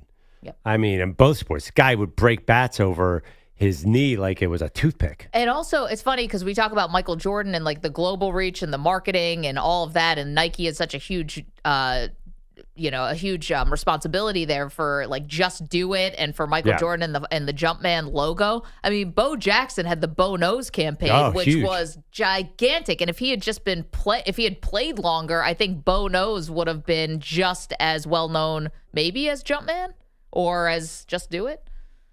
Maybe not Just Do It, but I mean, Nike, like, I actually looked at this recently. Nike's stock went up 4,000% when Michael Jordan took off. I mean, it's hard. Basketball, I think, is a little more friendly because you could sell basketball shoes to everybody. You can't sell cleats to everybody. yeah, but Bo had also just multi-seasons where he's top of mind, I guess. Yeah, but I mean, basketball shoes will always be king.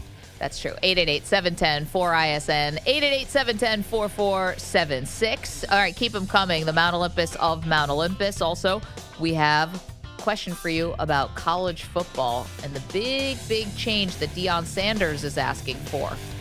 Do that next.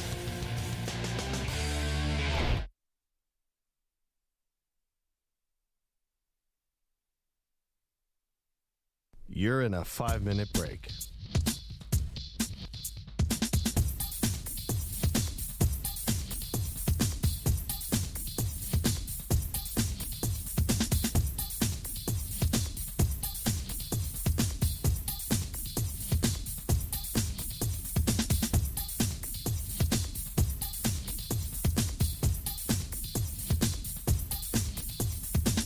Four minutes, 30 seconds remaining.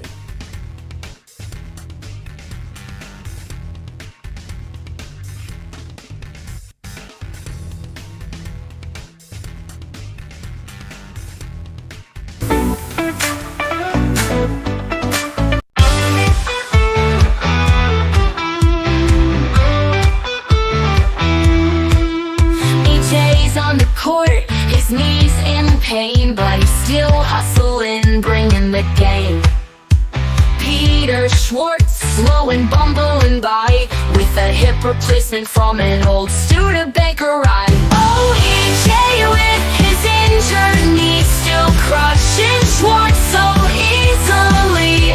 Pickleball champ, he's on a spree while Bulletti's home as usual absentee. Schwartz is swinging, but he's out of tune. Studebaker hip creaks like an old cartoon. EJ's finesse got him looking stuck. Bulletti's still missing, so what the duck? Bogusch weeps. He's got the road trip blues.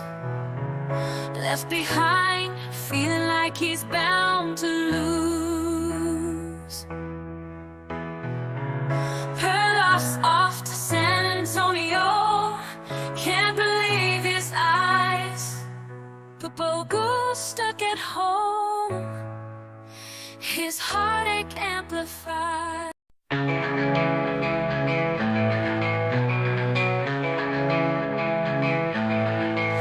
Jay's back, he's limping in, but he's ready to roll. After that knee took a hit, but it couldn't take his soul. He's been down, he's been out, but now he's back on his feet. Peter Bulletti's still missing, but EJ can't be beat.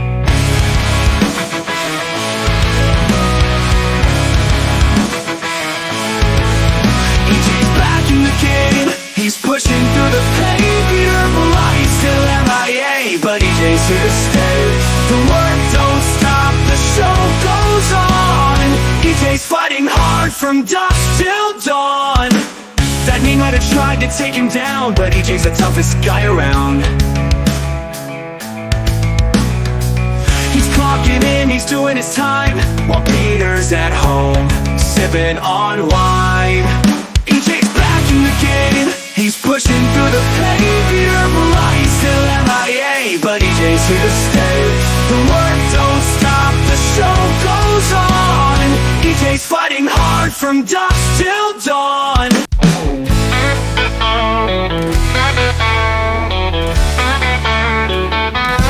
Oh, Truffle Sam's got his turkey day plans.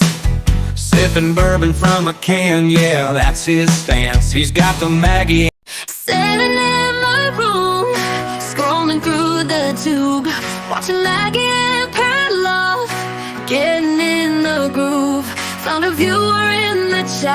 His name's Dalton O'Brien. Spitting fire comments, he's the #1 fan. Got his fingers moving, stepping non-stop. Dropping all the knowledge, never gonna flop. Dalton O'Brien, he's the king of the chat. With his love for the show, there ain't no doubt.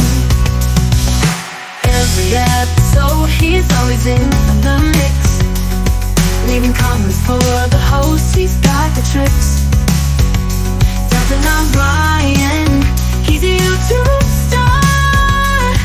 With his quick comments, he'll take it far. I've been sitting in my room, scrolling through the tube, watching Maggie and Perloff, getting in the groove. Some of you are in the chat, his name's Dalton O'Brien. Spitting fire comments, he's the #1 fan. Every episode, he's always in the mix. Leaving comments for the host, he's got the tricks. Dalton O'Brien, he's a YouTube star. With his quick comments, he'll Sports Network. sitting in my room.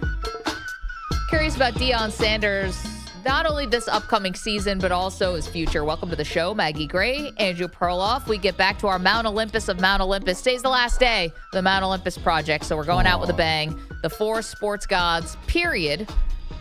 Deion Sanders, spoiler, not on our list, but if there was a Mount Olympus of great sports talkers. Ooh, Deion would definitely make that list. I mean, not even close. Ali, who we both have on our actual list. Yep. Deion. Chad Johnson. Ocho Cinco. There's so many good ones to choose from.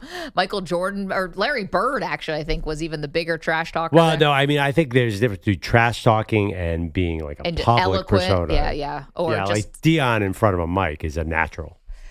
All right, well, put a pin in that. Let's Tony get to... Romo with his "That Guy Deserves a Day."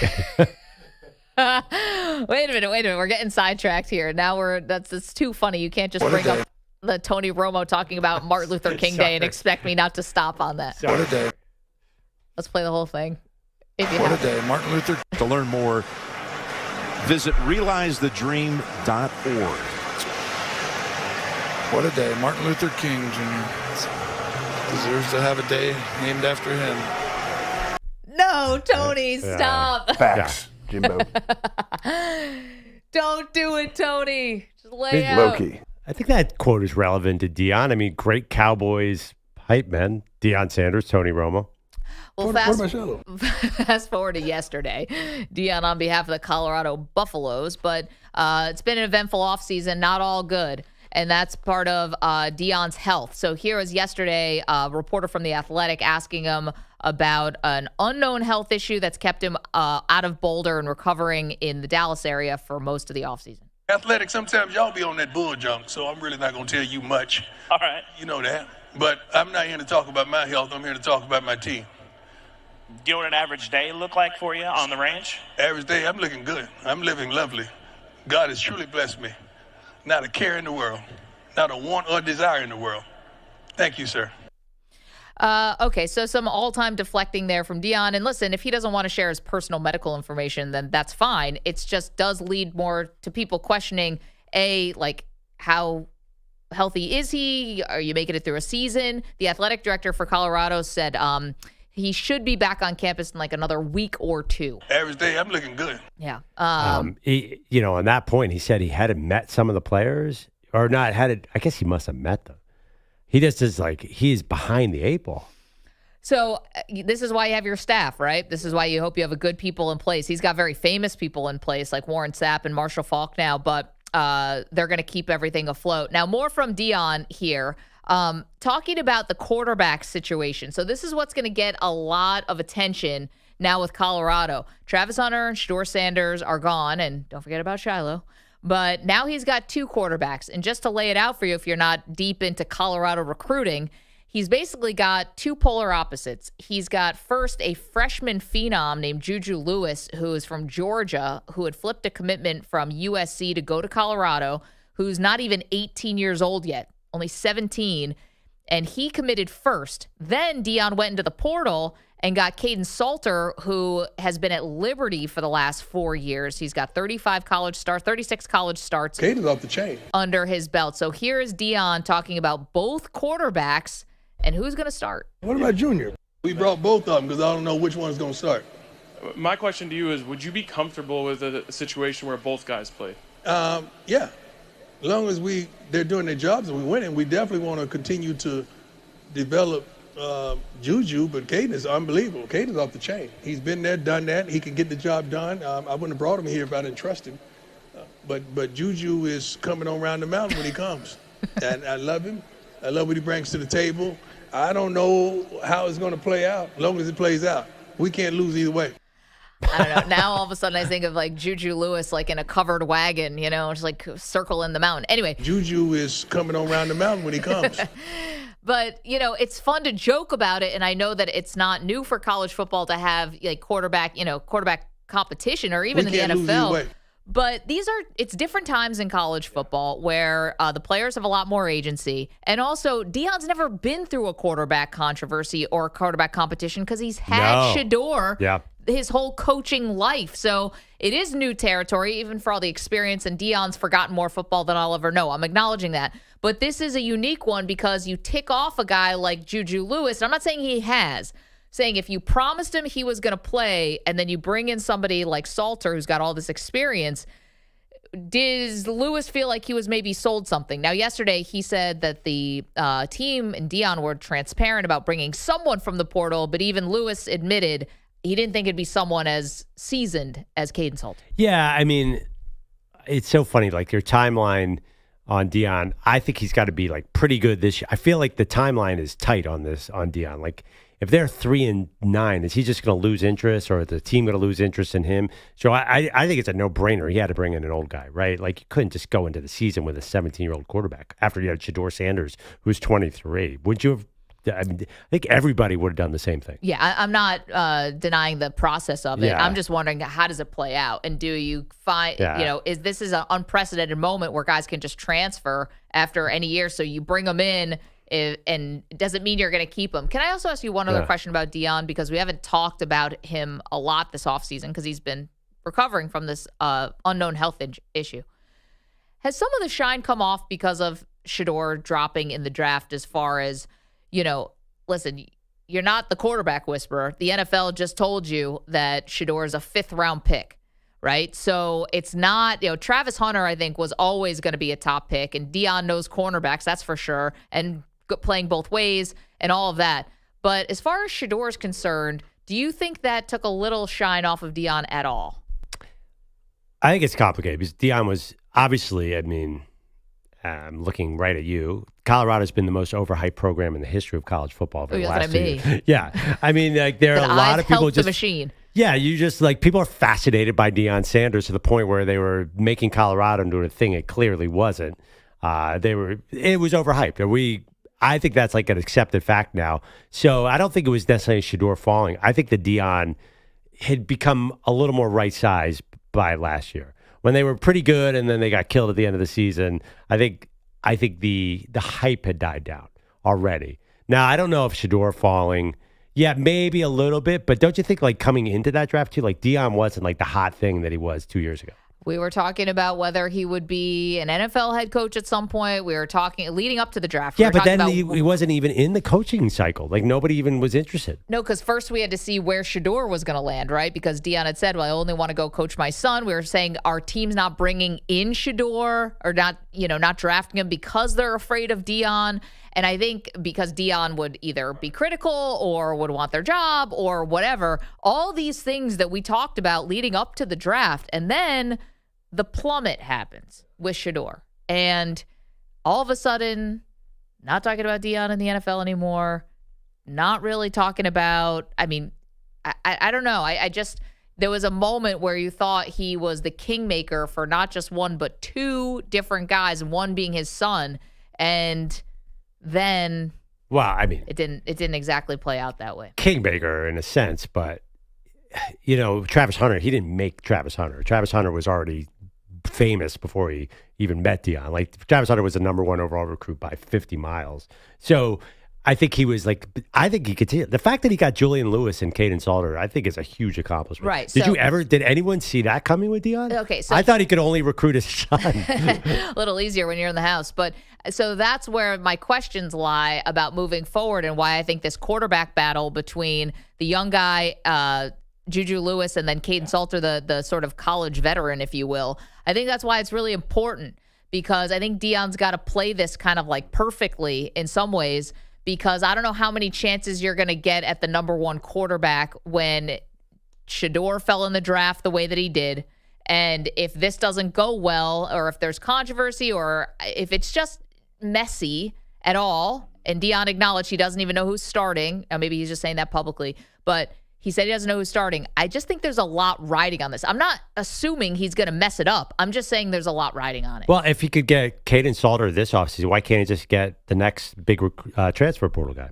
Well, what if it doesn't look good this year? You're saying, what if they're 3-9?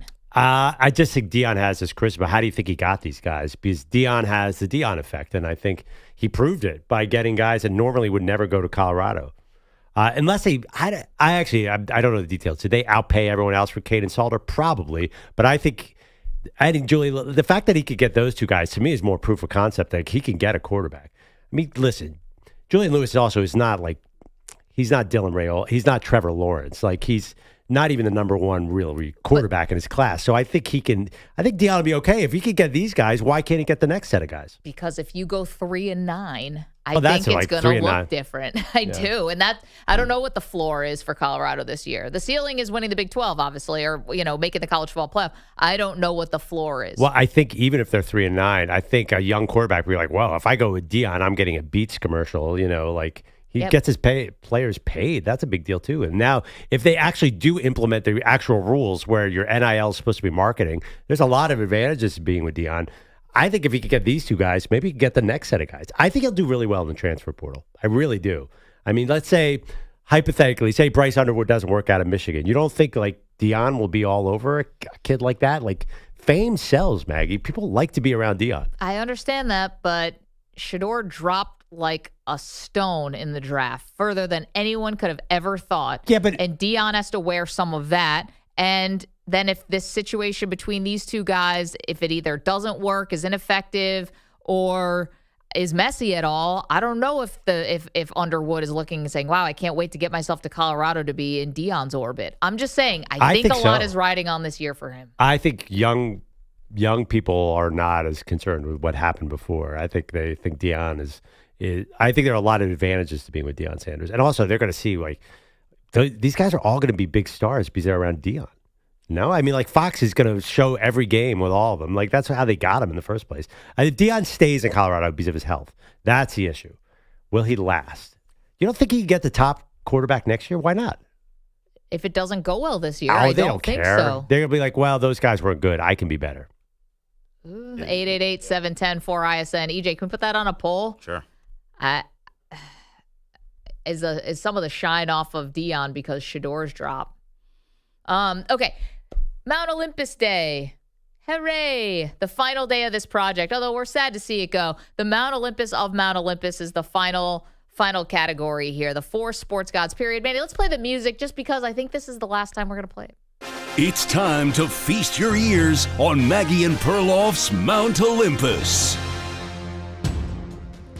All right, Pearl. 4 sports gods. The gods of the gods. Go ahead. I went with Michael Jordan, Muhammad Ali, Wayne Gretzky, and Babe Ruth. Solid choices. We had sound for all of that. That's all right. Oh, you wanted to do the sound again? Quite all right. You're a good radio host, so we are indeed under a time Yeah, constraint. we're not doing all the sound again. No, it's fine. Babe Ruth's up at the plate.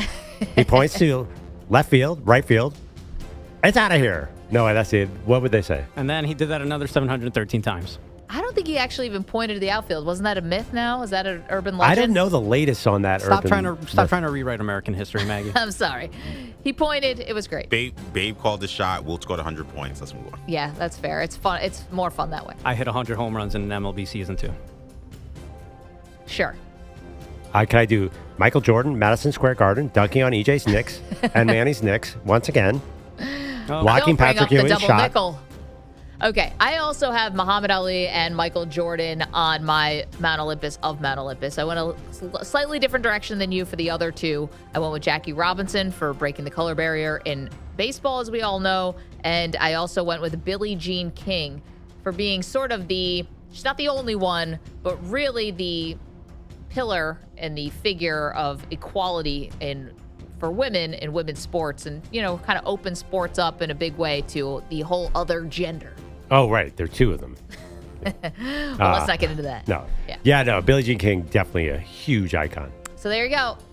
Finishing here with a bang, the Mount Olympus of Mount Olympus. Joe's in California. Joe, what did we get wrong, sir? Okay, so I got Michael Jordan, obviously. I got Muhammad Ali, obviously. I got to go Willie Mays to say, hey, kid. Yep. And another Michael, I mean, if we're talking athletes, you got to go Olympics, right? Michael Phelps?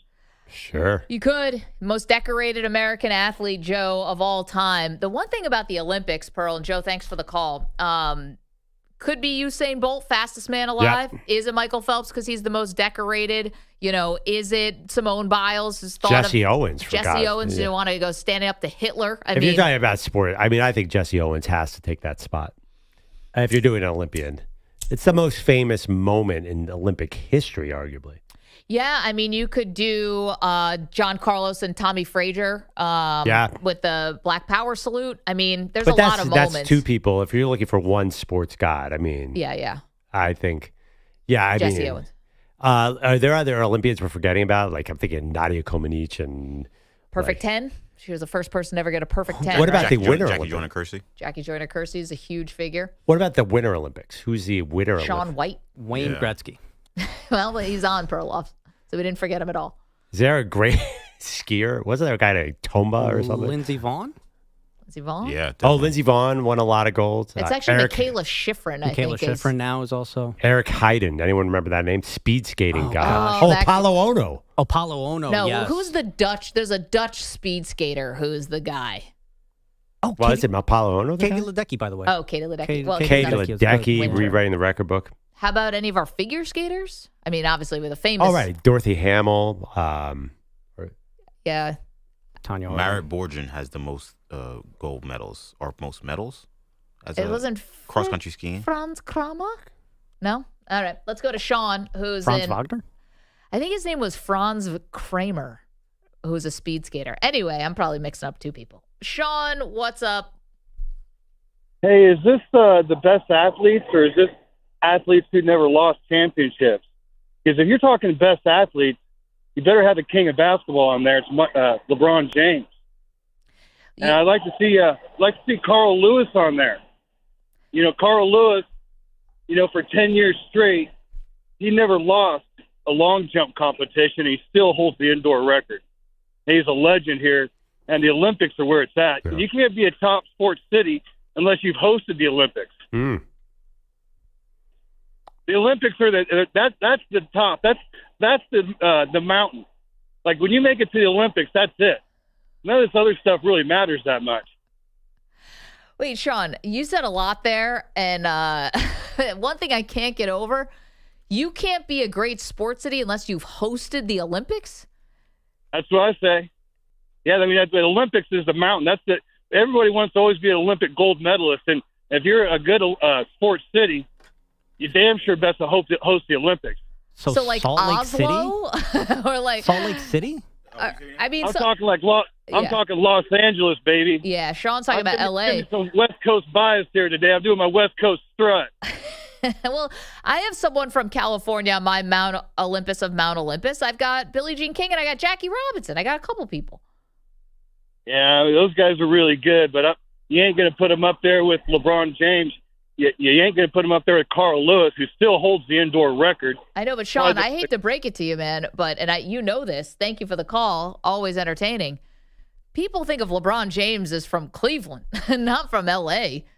Well, I think, honestly, more importantly, Carl Lewis, that first pitch probably took him off the Mount Olympus. But he couldn't find home plate. I was talking about the national anthem. Oh, The yeah. anthem was rough. Did he have a bad first pitch, too? Or I think he did both. Yeah. But the anthem, I think, is more iconic. Yeah, the That's anthem. crazy. It's the best. Uh-oh. Can we play that? That is a butchering of our anthem, unlike anything. But no, of course he's a legend. He could be on. You'd have to be can't be a great sports city unless you've hosted the Olympics. Nah, That's just more of a logistic thing. Like New York is a great sports city, but you can't do Olympics. Traffic's too bad. They can't even get do the World Cup the right way. The traffic was so bad.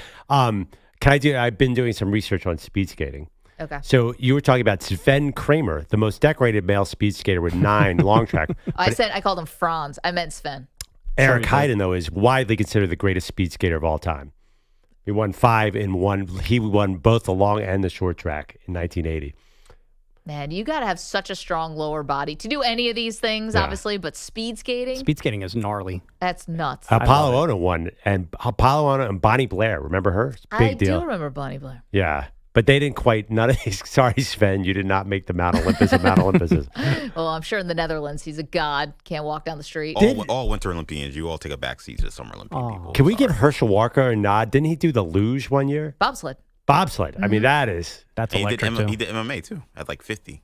That's why. Then he ran for governor. Yeah. What didn't this guy Senator. do? Senator. Yeah, he's got a lot. Yeah. 888-710. A lot going on there. The bobsledding is cool. 888-710-4476 and being a sick football player. All right, keep them coming. Mount Olympus of Mount Olympus. We've got more for you, though, including the hottest ticket in sports tonight. What is it? We'll tell you. You're in a 5-minute break.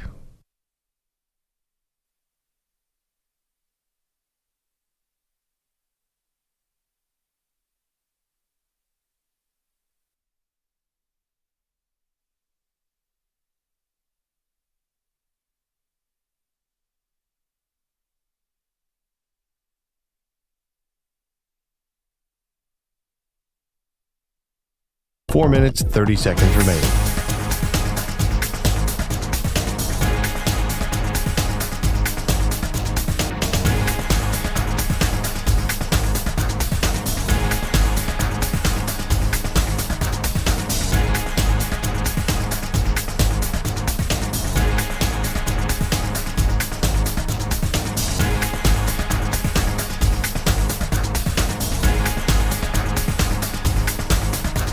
Four minutes remaining.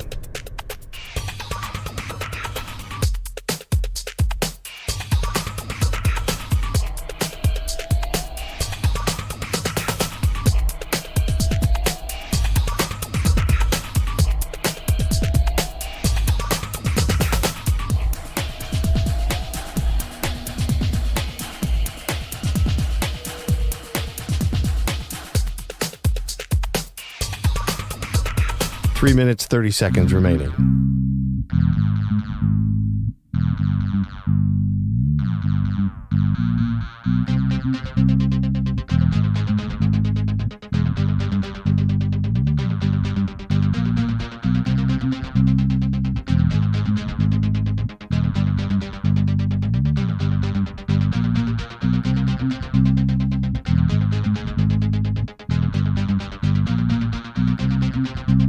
Three minutes remaining.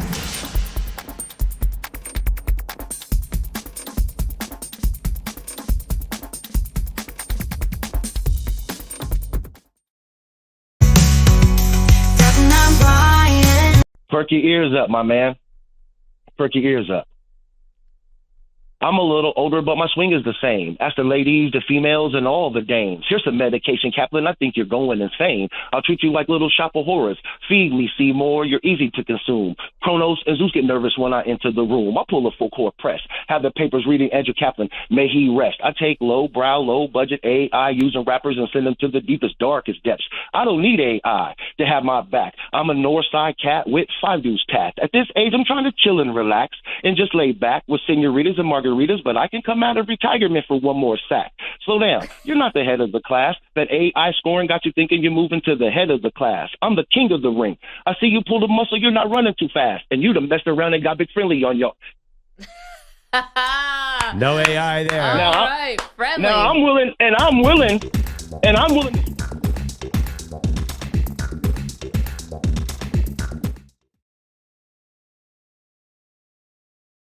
let me ask you something real quick. Why every bar you spit sound like naked night clips? You ancient bro, like turn the dial old. You probably smell like mothballs and mold. Talking about your swing like it still got charm, but every woman just runs from your cologne alarm. Out here begging them to get a whiff. That ain't gay, man, it's a red flag gift. You keep name dropping Miss Aces like she a godsend, but she couldn't teach you to flow past the weekend. 3 years of poems, congrats on the haikus. Now go write one titled Why I Always Lose. You think you got depth, you just stuck in a loop. AI came in, now you looking like a washed up troop. Should've stayed retired, sat back with the readers. You're not a sage, you're a features bleeder. Keep name dropping Miss Aces like she a godsend, but she couldn't teach you to flow past the weekend. 3 years of poems, congrats on the haikus. Now go write one titled Why I Always Lose. You think you got depth, you just stuck in a loop. AI came in, now you looking like a washed up troop. Should've stayed retired, sat back with the readers. You're not a sage, you're a features bleeder. See, I rhyme with AI like it's Judgment Day. Skynet bars and I'm ripping your clay. You're scared of the bots, people loving this too. Perloff still writes his tweets with an ink-dip shoe. While you're quoting plays and smelling trees, I'm building empires with digital ease. 30 seconds. No need to rhyme like it's 1989. I press one button and the crown is mine. You talk retirement like it's some brave feat. Nah bro, you just got beat. Came back for one last sack, you got pancaked. Your verse was dry, your rhythm half-baked. So stay 15 seconds.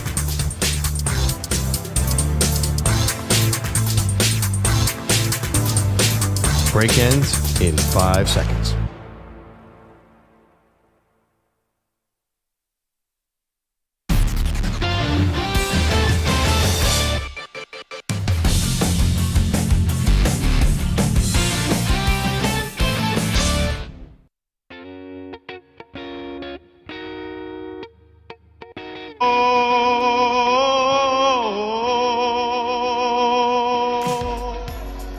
Oh, say, can you see? And the Rockets this way. I'll make up for it now. For the land of the free. It's gonna be a good day with Maggie and Perloff. Gotta give a shout out to the Dan Patrick Show there, because we used to play that all the time. There were two clips that would guarantee to get a laugh: was Carl Lewis and Soccer Breakdown. Eddie DP. Did you know Soccer Breakdown? Oh my God, it was. For the land of the free. Gary Miller's trying to do a soccer highlight and cannot get a single name right, and he just breaks down in the middle of it. That's something Bogusch I'm sure you can relate to. Have you ever had a name, Maggie, where you just could not get it right? Yes, absolutely. Oh, I'm my sure God. it happens 5 There's times. two, a show. but the uh-oh is a very And I say the third clip is when the pro wrestler goes, "Settle down, man," to the guy who's like, "It's still real to me, damn it." And the pro wrestler who's up there goes, "Settle down there, man." I love the Carl Lewis, which obviously talking about the Mount Olympus of Mount Olympus, and Sean Organ just called and said that Carl Lewis should be on there. He's not on either of Perloff or my list. We both have Ollie and Jordan, and Perloff has Wayne Gretzky and Babe Ruth, and I went with Billie Jean King and Jackie Robinson. But the idea that Carl Lewis would say in the middle, "I'll make it up to you," like how? I'll make up for it now. I'll make up for it. Sorry, like. You're going to suddenly turn into Whitney Houston? Like, this is going to be hard to make up for that. There's nothing better. A bad first pitch and a bad anthem, they're the most entertaining things. And he has both. Yeah. That first pitch is crazy. I just watched it again.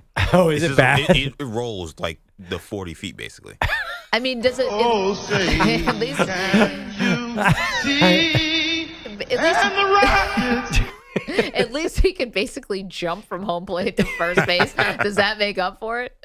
Oh, man. Oh, my God. I just saw the first pitch. It's true. Just because you're a good track athlete doesn't mean you can do everything else.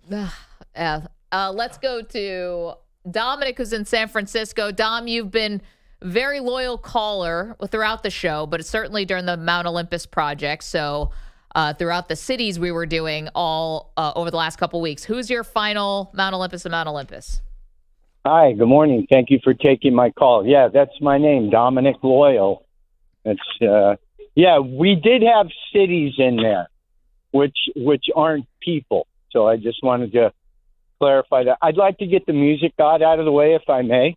Music God? Oh. Oh, right. Oh, wow. Okay. Let me flip a The page in my all-time notebook. music god. Okay, and I tried not to let affinities or predilections come into play in the music god or in the picking of the 4 sports gods. Sports being the key word. Yeah. I'm leading up to something here, but barely edging out P. Diddy. I'm going with the Beatles. Ooh, you're doing so. You did a music god for each city that we chose. You're saying the all time, but that's not one person. That's 4 people. That's music, and it's a group. By the way, Beethoven, Mozart, no, not going to make the list. And Maggie, the person that you're thinking of, Franz. You're thinking of Franz Klammer, the animal downhill skier. The guy was crazy. If I get my Franz and Sven's mixed up one more time, I kid you not, Dom, I'm kicking myself for this. Okay, give us your Mount Olympus and Mount Olympus. Yeah, this is really hard because, like I said, I'm trying not to let predilections get involved because there's people on here that I really don't like. But I'm going with Michael Jordan, Babe Ruth, Tom Brady, and the last one I waffled over for days. Just wringing my hands over it. I narrowed it down to 2. They both have the same vocation. The one that didn't make it was actually better at what he did than the guy that I voted in. And the last sports god, with emphasis on the word sport. Okay. We need a voice. Wait, Dom, who is it? You ready? Go. Is your mouth watering? The last, Jordan, Brady, Ruth, and Howard Cosell. Oh, no, sorry. Call back, Dominic. I was going to have you cut off right before. I didn't say cut him off. I just meant mute him. You hung up on him. Howard Cosell. Weren't you? Call back, Dominic. We were trying to No. play a little joke there. I just meant put him on hold. Don't hang up on him. That's fine. We got it. I thought he was going to say something different, which reminded me we were going to do the gods of the underworld because he said, I don't like him. I don't like him. I thought that Dom was definitely trending towards OJ, which would obviously be the flip side impactful, of Mount Olympus and Mount Olympus. I mean, if he would just spit it out. The gods of the underworld, and we have our 4 gods of the underworld. Or do you have your god? Do you need a No, minute? I don't. I can't do that. But by the way, I'm sorry because Dominic. I did not mean to hang up on you. I It's apologize. okay, Please bro. call. But by the way, Howard Cosell makes sense because we got killed for not putting Bob Uecker on our list. For Milwaukee. We definitely did not put enough broadcasters, and he is, he's the precursor to Stephen A. Smith. Like Cosell makes some sense. He elevated all sports, so I like that choice. Yeah, when talking about non-people, or non-athletes, there was an entity that I did think of that could be on the Mount Olympus, but they're technically a competitor of ours, so I didn't want to put them on. What's that? 4-letter network. ESPN? Yeah. You're right. Listen, Show's we got to canceled. be really careful to not a competitor or it's the mothership. What are you Well, talking I'm about? just saying, could they? We're allowed to mention the word ESPN. Are you kidding me? As a network. Clam Crowder. Yeah, maybe it should be Berman. As a network, started in 1979, right? Was when ESPN Yeah. launched. I mean, revolutionized sports TV. Or I guess Yeah. ABC would probably be the one that really gets the full credit for that wide world of sports and stuff like that. Well, no, listen, I was going to put Boomer on there, but since we're such close competition with Monday Night Football, I was like, yeah, I think we're safe. Maggie Perloff, Buck Aikman. The Cuba Missile Crisis. Yeah, ESPN would have been good, but listen, if you're going back to 1900 on, Yeah. I think to get a sports god, you probably have to be a little. I mean, Cosell actually was very impactful. I think he set up modern media even more than ESPN in some ways. We did get a couple emails, so I do want to acknowledge that. We'll get to Bogusch in a second. Matt sent in an email to maggieandperloff@gmail.com who had a global Mount Olympus for us. And on that, he put Sir Lewis Hamilton, Pele, Jack Nicklaus, and Serena Williams. Honorable mentions, he says, to Michael Phelps, Messi, and Djokovic. Well, I mean, Djokovic or Federer, really. Or Has Lewis Hamilton reached Michael Schumacher's level? I believe he technically has. Very well done. Popularity-wise, I don't know how to quantify that, but I think he has matched his like titles. I think. Can I also give a shout out to Matt, who let us know that the other day when we were having a robust conversation about Frank Thomas and his Nugenics sponsorship. Frank Thomas? Is that Frank Thomas? And ladies, it's Yeah, Frank it is, Thomas. girl. Apparently, that conversation, we're not responsible for this, went directly into an advertisement for the California Cryobank, which is a sperm bank that's read by Andrew Bogusch. Hey, how are you guys doing? Yeah, that's my voice. Yeah, so we had a robust Frank Thomas Nugenics pills conversation right into the cryobank. There you go. Sometimes the universe just drops these things right into your lap. By Wish the we way- could say we planned that, but we didn't. Are we going to do it in the last segment? We're going to do our evil Mount Yeah, Olympus? we'll do our evil Mount Olympus after Bogusch is here with But headlines. Bogusch, you had some strong thoughts last week when Mount Olympus and Mount Olympus. Whoop. Did we Yeah. screw this up? No. I mentioned Pele. You didn't want me to mention anybody and like put too Yeah, many because names then I into the wanted to put universe. Pele on last night, but Bogusch is going to think I'm taking it from him. No. And then Manny countered quickly with Messi. I think I would have ended up probably with your identical four, Pearl. Which was Jordan, Ali, Wayne Gretzky, and Babe Ruth. I think that's where I would have ended up, just because when you dip your toes into Jackie Robinson or Billie Jean King, you're opening up different doors of different considerations and like almost like a different importance in terms of like. So I would have leaned to more just athletic accomplishment, acknowledging that Muhammad Ali is also everything he was outside the boxing ring, but he also was the boxer in this country for so many years. But he's not thought of as the greatest boxer of all time. He called himself that, but boxing historians don't generally put Ali as one pound for pound. No. I mean, that's the trick with Ali, though. I feel like his personality just transcended a little bit more, even more than Billie Jean King and Jackie Robinson. I mean, Jackie Robinson, what he did was unprecedented, but just the personality of Ali made him bigger than everybody. And but I think the civil rights aspect for him. Yeah, it's all in the mix for it sure. It does. So like Jackie Robinson opening up sports to a whole race of people and Billie Jean King helping for an entire gender.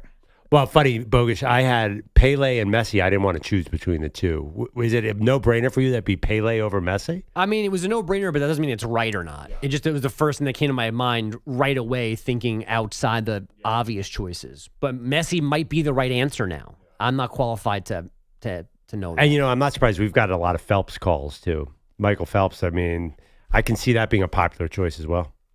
Okay, so Doug, by the way, also emailing saying Jesse Owens deserves to be on the Mount Olympus. Want to make sure. Thank you guys. Maggie and Perloff at gmail.com. Can't read them all, but thank you. And go ahead, folks. I've got a Giannis update this morning from Giannis in Greece on a live stream with YouTube star iShowSpeed. Also on the Mount Olympus. He and Giannis talking about how the taxes in some NBA cities are so high. And then Mr. Speed asked Giannis, so you're staying in Milwaukee? Probably. We'll see. Probably. I love Milwaukee.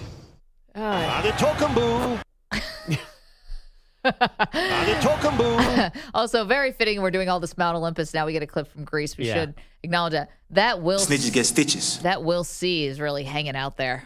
Yeah, I don't know what's worse, the commitment level to Milwaukee or the pronunciation of Adenocumbo.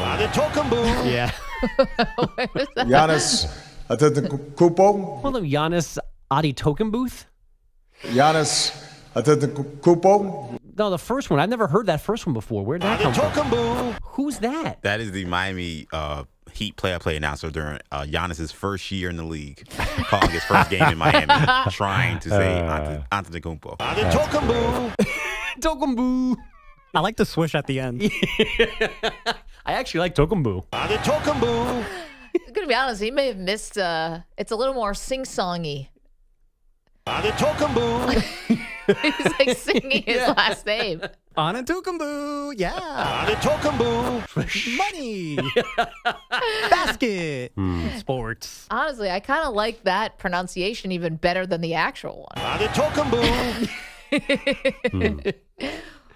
Giannis Antetokounmpo. Devin Booker signing a 2-year extension in Phoenix worth $145 million. That is the richest extension ever based on annual average value. Booker now scheduled to make $316 million over the next 5 years. Time now for Manny's version of Skinamax. 2-2 to Jazz, the pitch. Breaking ball, high drive, right field, that's Hey gone. now! Oh my goodness. 10 rows back, Jazz Chisholm on line drive, 2-run homer. And the Yankees have a 6-2 lead here on Seattle, bottom 5 at the stadium. Raise your hand if the first thing you saw this morning at roughly 3:30 Eastern was a crude joke from Manny on social media about a Jazz Chisholm home run. Hey now! He had 2 of them, 4 Oh, God. RBI last night. The Yankees beat the Mariners 9-6. That's their 3rd straight win. First time they've done that in a month. I thought when you're talking about Manny, what's Skinamax for Manny, I was like, why was AJ Cole out there like practicing punts on some high school field? Punts and bunts, Mr. Manny. AJ Cole was punting, Vergara was catching, and Jazz bunted. Also, I pay Real pay-per-view Madrid money right lost. Not only the Real Madrid lose, they got their derrieres kicked. Guys, you need to book someone that can process this schism between Manny and his dad. That Manny, not only do they not like the same team, Manny chose to like his dad's enemy. Yeah. I didn't choose. And you did. No, it's not like Don't tell me that Ronaldinho chose you. That's exactly what happened. You chose to root against your dad's favorite team, and you revel in your dad's heartbreak. No, I did not. You had fun yesterday. No, I did not pick and choose. I did not say, hey, my dad likes Real Madrid, so I'm going to like Barcelona. No, we like all the same sports teams. It was a random Saturday morning, and that Brazilian dude with the awful teeth touched a soccer ball, and I fell in love. Also, we already got to the bottom of this. With not just that story, which Manny has told, we already know that this is about the braces. But Manny's older brother got the braces, and Manny never got the braces. That's right. And that's it. Period. We don't have to go to Vienna. He doesn't have to be studied. I got the overbite right here. Which came first, though? My brother. No, but your brother got braces before you picked the soccer team? No. Okay. So we do need to go. There is No, I think he was fine with the soccer, and then the braces is what really caused it to go into a different if direction. he picked his dad's, he rooted for his dad's soccer enemy before the braces, and the bracers, they can't be a part of this. He made that choice on his own. He struck the first blow. Oh. I'm 100% with Bogues. Like, you need deep therapy, man. Well, That's just from knowing therapists you. they would you'd cure this in a session. That's what my ex-girlfriend said. With the you need one or that you'd get cured? Oh, that I need a therapist. I mean, everyone should have one. Yeah, Especially Manny should have 2. One on Yeah, we're Mondays, like a team. one on Thursdays. Yeah. Manny has a whole staff. Yeah, I got problems. It's okay. You're good at softball. You're not wrong. Whew! I mashed that ball yesterday in the batting cages. You guys didn't see it. I'll show it to you guys later. I'm good. I think we're all right. Yeah, I'll just assume it was awesome. I unlocked the Gary Sheffield stance. Whew, I was hitting balls 400 feet yesterday. And scene. and yes. Do you want more sports news or no? Well, we got to take a quick break because we need to do our Mount Olympus of the Underworld. Gosh, there's Hades. So many Mount Olympuses we need to do. I was thinking we could do a Mount Olympus of girls Tom Brady has dated this month. I tell you what, I love being on this text thread with you guys, but it's a lot of Brady, Sofia Vergara content in the last couple days. And? I'm just saying. I mean, I get it. I mean, they're both very attractive people. Well, it's nuts. Just one of them. No, it's I mean, the for combo. a guy, Tom Brady's pretty good looking. No comment. It's the Sophia combo. It's the combo platter. Yeah, I mean that's America's all-time couple. That is, because I'm a huge Modern Family fan and Colombia's, America and Colombia, right? She's from Colombia. Yes. I think that the funny thing about this new thing with Vergara and Tom Brady, Tom's everywhere, by the way. We get the detail that they're definitely not dating. Which means they're dating. No, it's a summer fling is what they're calling it. It's like, so they're just hooking up, and we know that.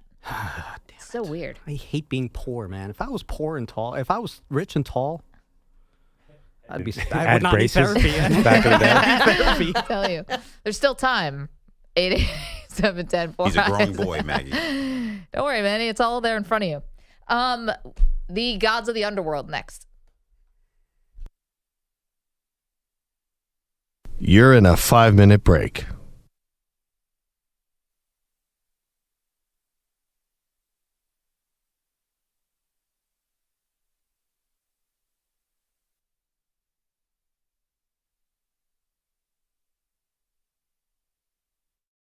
From your cologne alarm.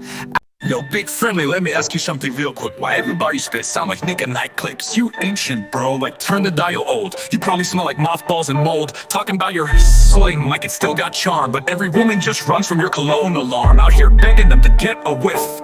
That ain't game, man, it's a red flag gift. You keep name dropping Miss Aces like she a godsend, but she couldn't teach you to flow past the weekend. 3 years of poems, congrats on the haikus. Now go write one titled Why I Always Lose. You think you got depth, you just stuck in a loop. AI came and now you looking like a washed up troop. Should've stayed retired, sat back with the readers. You're not a sage, you're a features bleeder. See, I ride with AI like it's Judgment Day. Skynet bars and I'm ripping your clay. You scared of the bots, McLovin is too. Perloff still writes his tweets with an ink dip shoe. While you're quoting plays and smelling trees, I'm building empires with digital ease. No need to rhyme like it's 1989. I press one button and the crown is mine. You taught retirement like it's some brave feat. Nah bro, you just got beat. Came back for one last sack, you got pancaked. Your verse was dry, your rhythm half-baked. So stay in your lane with your senior pass. Cap got the future and you got the past. So next time you smell yourself, take a seat. Cause that ain't cologne, that's defeat.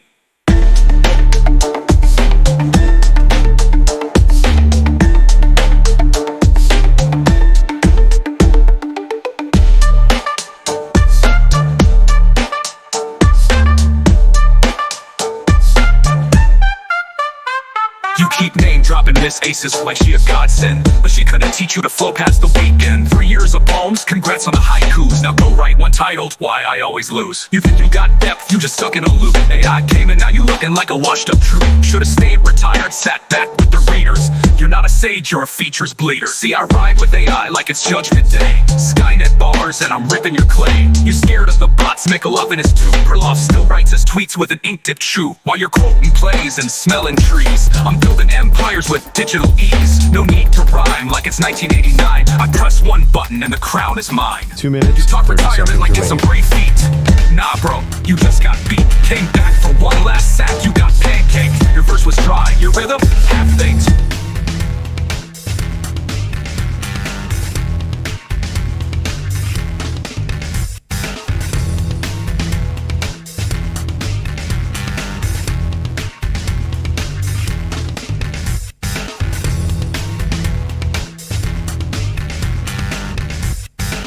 Two minutes remaining.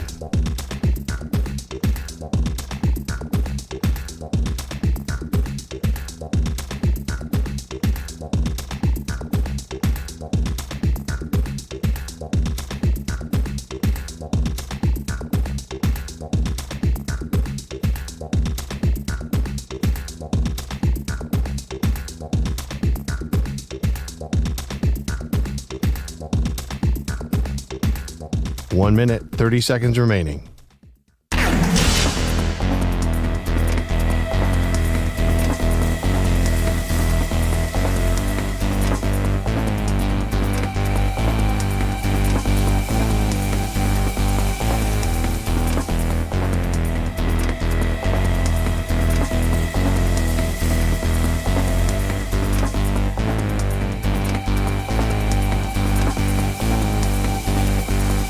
One minute remaining.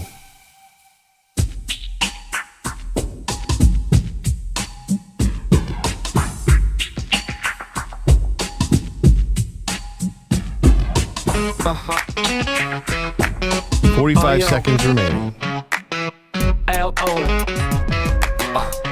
Man, he's got a willful bass swinging with flair. Behind the glass, he's waving it in the air. Now that's bright yellow, could do some harm. If he's not careful, it'll raise the alarm. 30 seconds EJ remaining. sitting close, looking a bit tense. He knows one wrong move could be at his expense. Man, he swings wild like he's aiming to score. EJ's ducking low, getting ready to hit the floor. 15 seconds.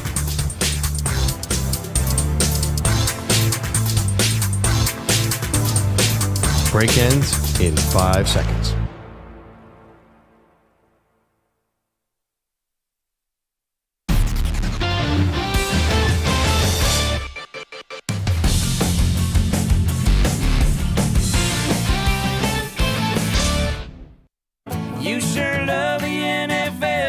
MLB and the NBA. But to the great wide north, hockey is the only game. Hey, we say hey, you say y'all. Yeah, we both got pro football. Except we got big balls and a longer field. We say Z, you say Z. Sure, we watch all your TV. You got a stronger army down there, but man up here, we got stronger beer.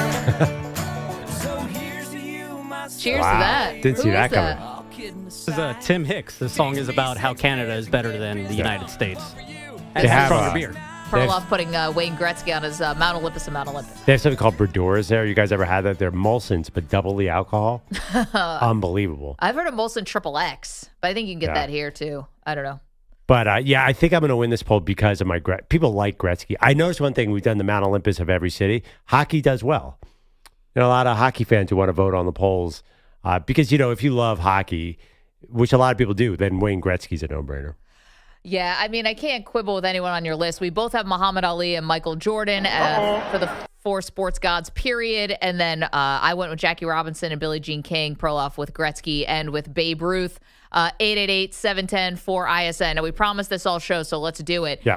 A lot of times we were going city by city doing Mount Olympus. We also did the gods of the underworld, the infamous or notorious athletes also associated with those cities.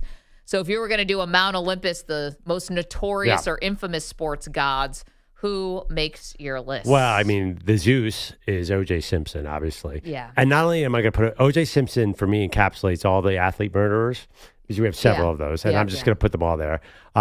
Quickly, number 2, Tanya Harding feels pretty relevant here. She's on mine as well. Yeah. I mean, that was taking out Nancy Kerrigan. I'm going to go a little controversial. My third one is A-Rod because his bodyguard pushed me at a Super Bowl party. How dare he? And if we did a poll on this, I would win because I think a lot of people don't like A-Rod. Then I wanted for EJ to put a pro wrestler on there because they're the ultimate bad guys. So what a better time than to put the Iron Sheik on as my 4th sports. Oh, may he rest in peace. I was trying to think of a who's a great sports villain. You got to go to pro wrestling. And who's my favorite bad guy of all time, the Iron Sheik. Who I don't believe was actually from Iran, but he was I don't know. I couldn't think of a 4th. So because I give all the murderers fall to OJ. Who do you have? Well, I don't want to make light of that, but OJ is obviously on this if we're doing gods of the underworld, like the infamous, notorious sports legends as we're doing the Mount Olympus. I put Lance Armstrong on mine as well. Yeah, hypocritical. Yeah, and try to ruin people's lives. I mean, Lance is, by the way, he's got like a very successful podcast now, which I didn't even realize. I guess he's kind of back. He would have been a sports god if he didn't cheat. No doubt. I mean, he transcended his sport just by giving people so many people hope who with Livestrong and all the cancer research. Tanya Harding got to be there, even though Jeff Gillooly, I think, is the one who actually hit Nancy Kerrigan. But Tanya Harding is infamous. And then I put Tyson on there. What? Yeah. I almost put Tyson on my Mount Olympus and Mount Olympus. Well, I mean, I think Tyson certainly, went to jail. Tyson, as for as many good things as he did, I think as many bad things. Biting Evander Holyfield, biting part of his ear off. I mean, you're not going to put him as a god of the underworld. Well, I thought that he put himself there. I think he had a reclamation, though. I think he redeemed himself to some extent. O.J. Simpson, for me, encapsulates all the athlete murderers. Wait, sorry, EJ, you were going to say, you put Tyson on your underworld? I would not. Yeah. I mean, and not to say he has not done bad things. And he went to jail for raping somebody. Yeah, had terrible behavior through a lot of his life. But I do feel like, he's talked about openly the issues he had and has been a little contrite about at least some of those incidents. I almost feel like more like Pete Rose would make more sense to me. Pete Rose? I mean, do we put Barry Bonds on there? I want to put Bud Selig on there. He is, to me, an obvious, easy choice. That guy ruined baseball. Oh, get out of here. By turning the other cheek on the steroid era? I gave Joe the So it's Bud Selig's fault that Barry Bonds took steroids? He didn't govern the sport. Yeah. It is his fault. It's absolutely his fault. Can I also offer... I know he's also had a bit of an image rehab and makeover, but Ron Artest, when he was Ron Artest, maybe as Meta World Peace, he's not on the underworld. Yeah, he's a champion now. And hit a game winner, basically. It's true.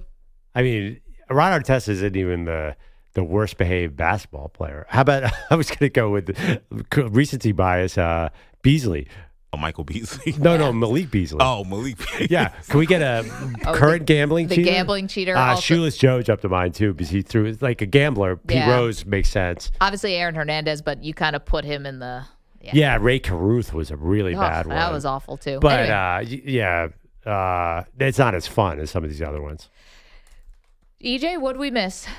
No, I think those are the worst of the worst. Again, I would just stump for Bud Selig. What about best of the best? How did we do on those? I think I would have had. You guys basically had all the people. I had Ali, Jordan, Jackie, and Babe. Okay, To me, Manny. Babe is like the original superstar, so he has to be on there. Okay. This has been super fun. Thank you, EJ, Manny, Kaplan, for doing all the graphics, and Bogusch. Everyone played along and bought into this, so we appreciate it. All right, Cap. One of the reasons I'm going to crush you on this poll is he put a picture of Billie Jean King as a older person in there, and it doesn't look like an athlete. I'm going to kill you in this poll. Amazing. We'll see you tomorrow, everybody.